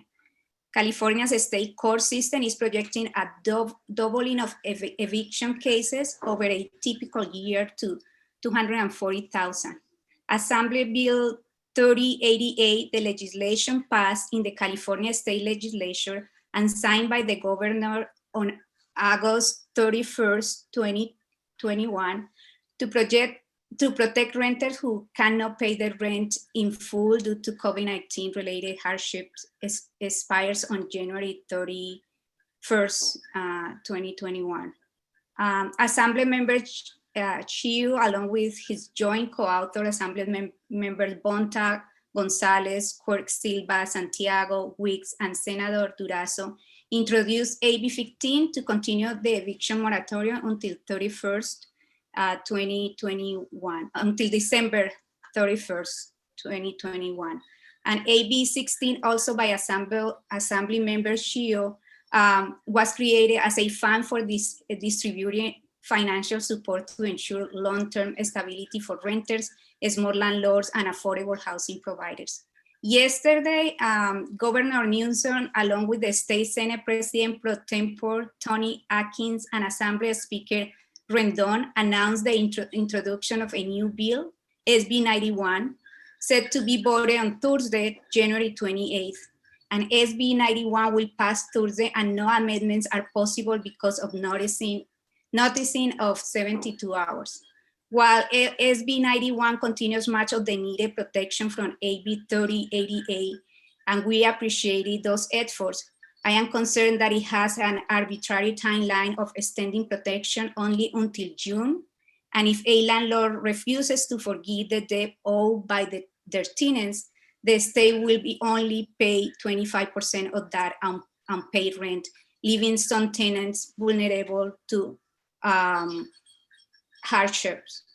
AB 15 and AB 16 are still alive despite the passing of AB 91, and an agreement has made to keep them alive and to use as cleanup to SB 91 as needed. This is what is important for the city of Richmond to go on record in support of AB 15 and AB 16. The state legislature will be back debating this matter again. SB 91 is a stopgap, and California voters who support an eviction moratorium want to either go until the end of the year or until the end of the pandemic. In addition, this, for instance, it doesn't protect if some larger landlord may use this opportunity to not seek rental assistance programs because they can use the LSA to go out of the rental businesses or push out low-income tenants for higher paying tenants. And lastly, I want to go on record that a small mom and pop and struggling landlords must be the first in line for the $2.6 billion of promised federal funds for rental relief. Councilmember Willis, do you want to add something more? You want to move the item? Do we have any public speakers? But the other thing that I'll just mention real briefly is I want to refer my colleagues to the Bay Area Equity Atlas that was developed in part by Policy. They actually have a breakdown of the entire state and how much rental debt is owed. And in Contra Costa alone, between regular rental household and low income renter households, there's approximately about there's approximately oh my God, I cannot do math. $118 million owed in rental debt as due to the pandemic, and it's been reported by multiple news sources. And that's just in Contra Costa alone. For the entirety of California, it's about $3.6 billion in rent debt approximately. And I forgot the exact amount of federal relief money that has come from the federal government to go towards assistance. But right now, it's only an option if people want, if landlords want to accept that. And there are some concerns that I have, especially with predatory practices I've experienced of people trying to get folks out of rent control units to get them closer to market rate. That's why I think these rental assistance things should be mandatory. But I just want to refer people to the Bay Area Equity Atlas that has a breakdown of Contra Costa County and some of the loopholes in the state moratorium and how that's also impacted very low income residents. So I encourage everybody.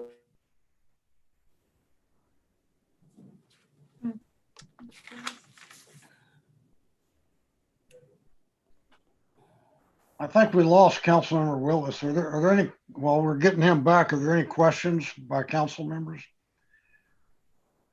Do you have public speakers, Madam Clerk? We have 4 public speakers. Why don't you go ahead and call the public speakers and we'll bring Councilmember Willis back in when he unfreezes. Okay. The 4 public speakers are Yen Do, Bobby Lopez, Gabriel Holland, and Javier Vasquez. I'll start with Yen Do. You'll have 2 minutes to speak. You can go ahead and start. So this is Yendo again, field representative for SEIU Local 10-1. And, you know, as we all know, we are still facing a global pandemic.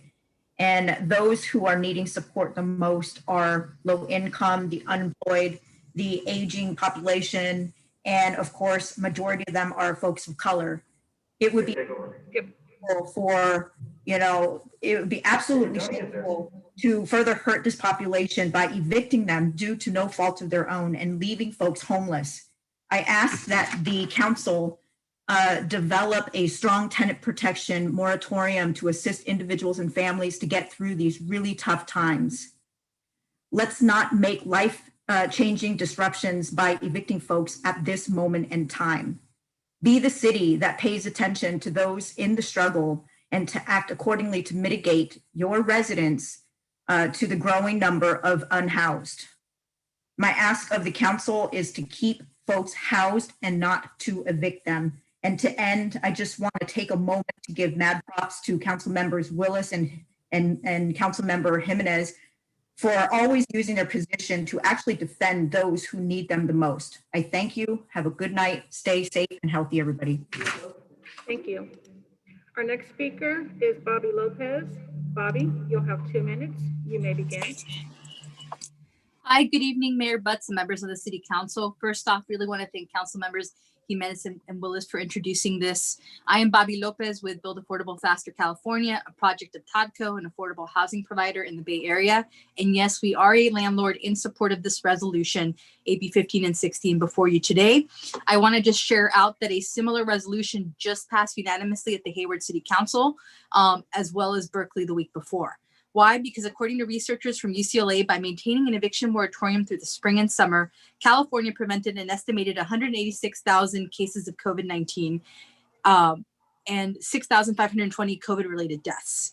An eviction moratorium not only prevents homelessness, it saves lives. AB 15 and 16 are very much alive. And yes, SB 91 is a stopgap needed to pass before February 1st, but AB 15 and 16 will be back as cleanup. I really thank Councilmember Jimenez for referencing the poll. A poll came out today from last week from interviews of January 16th through the 19th. It's from Binder Associates of 600 California voters. And yes, 71% of California voters support the extension of an eviction moratorium, with 69% of those folks agree that the moratorium should actually be in place either to the end of the year or until the pandemic ends. Only 8% support a short-term extension of 3 months. And this is a poll that was actually leaning heavily towards landlords in terms of who was interviewed. AB 15 is in line with the vision of Californians for caring for our most vulnerable residents and landlords in our state by ensuring the length of the moratorium is not arbitrary 5 months, but until the end of the year. And then I just want to sort of name that some of the things that are happening that are important to keep an eye on at the state level is with SB 91.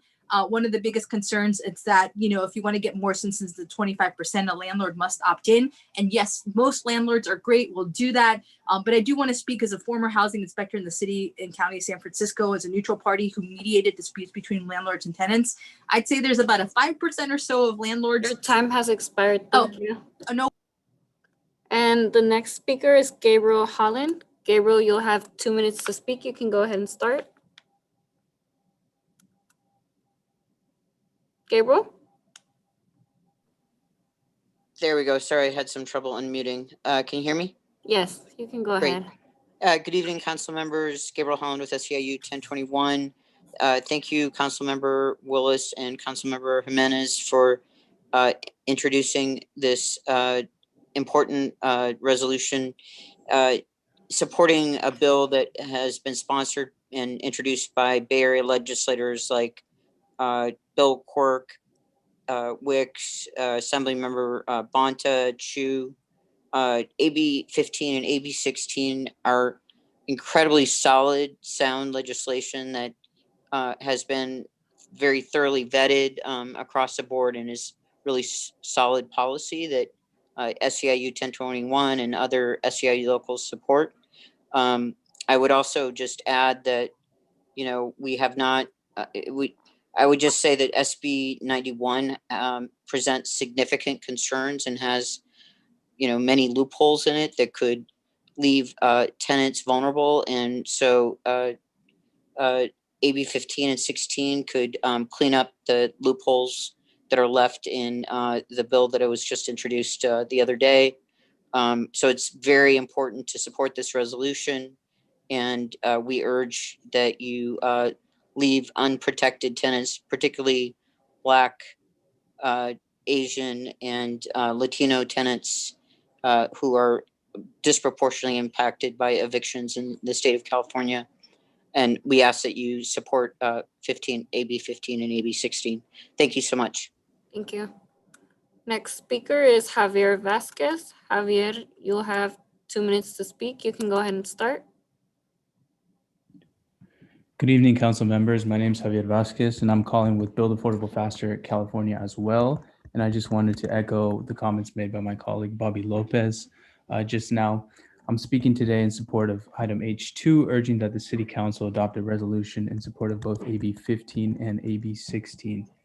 As millions of Californians are going to be faced with life or death decisions in the coming weeks, recent statewide polls, as mentioned from Binder, have shown that the overwhelming majority of Californians, at 71%, support extending tenant protections in general. And of those surveyed, a strong majority are in favor of a protection timeline of legislative stabilization until the pandemic is over in its entirety.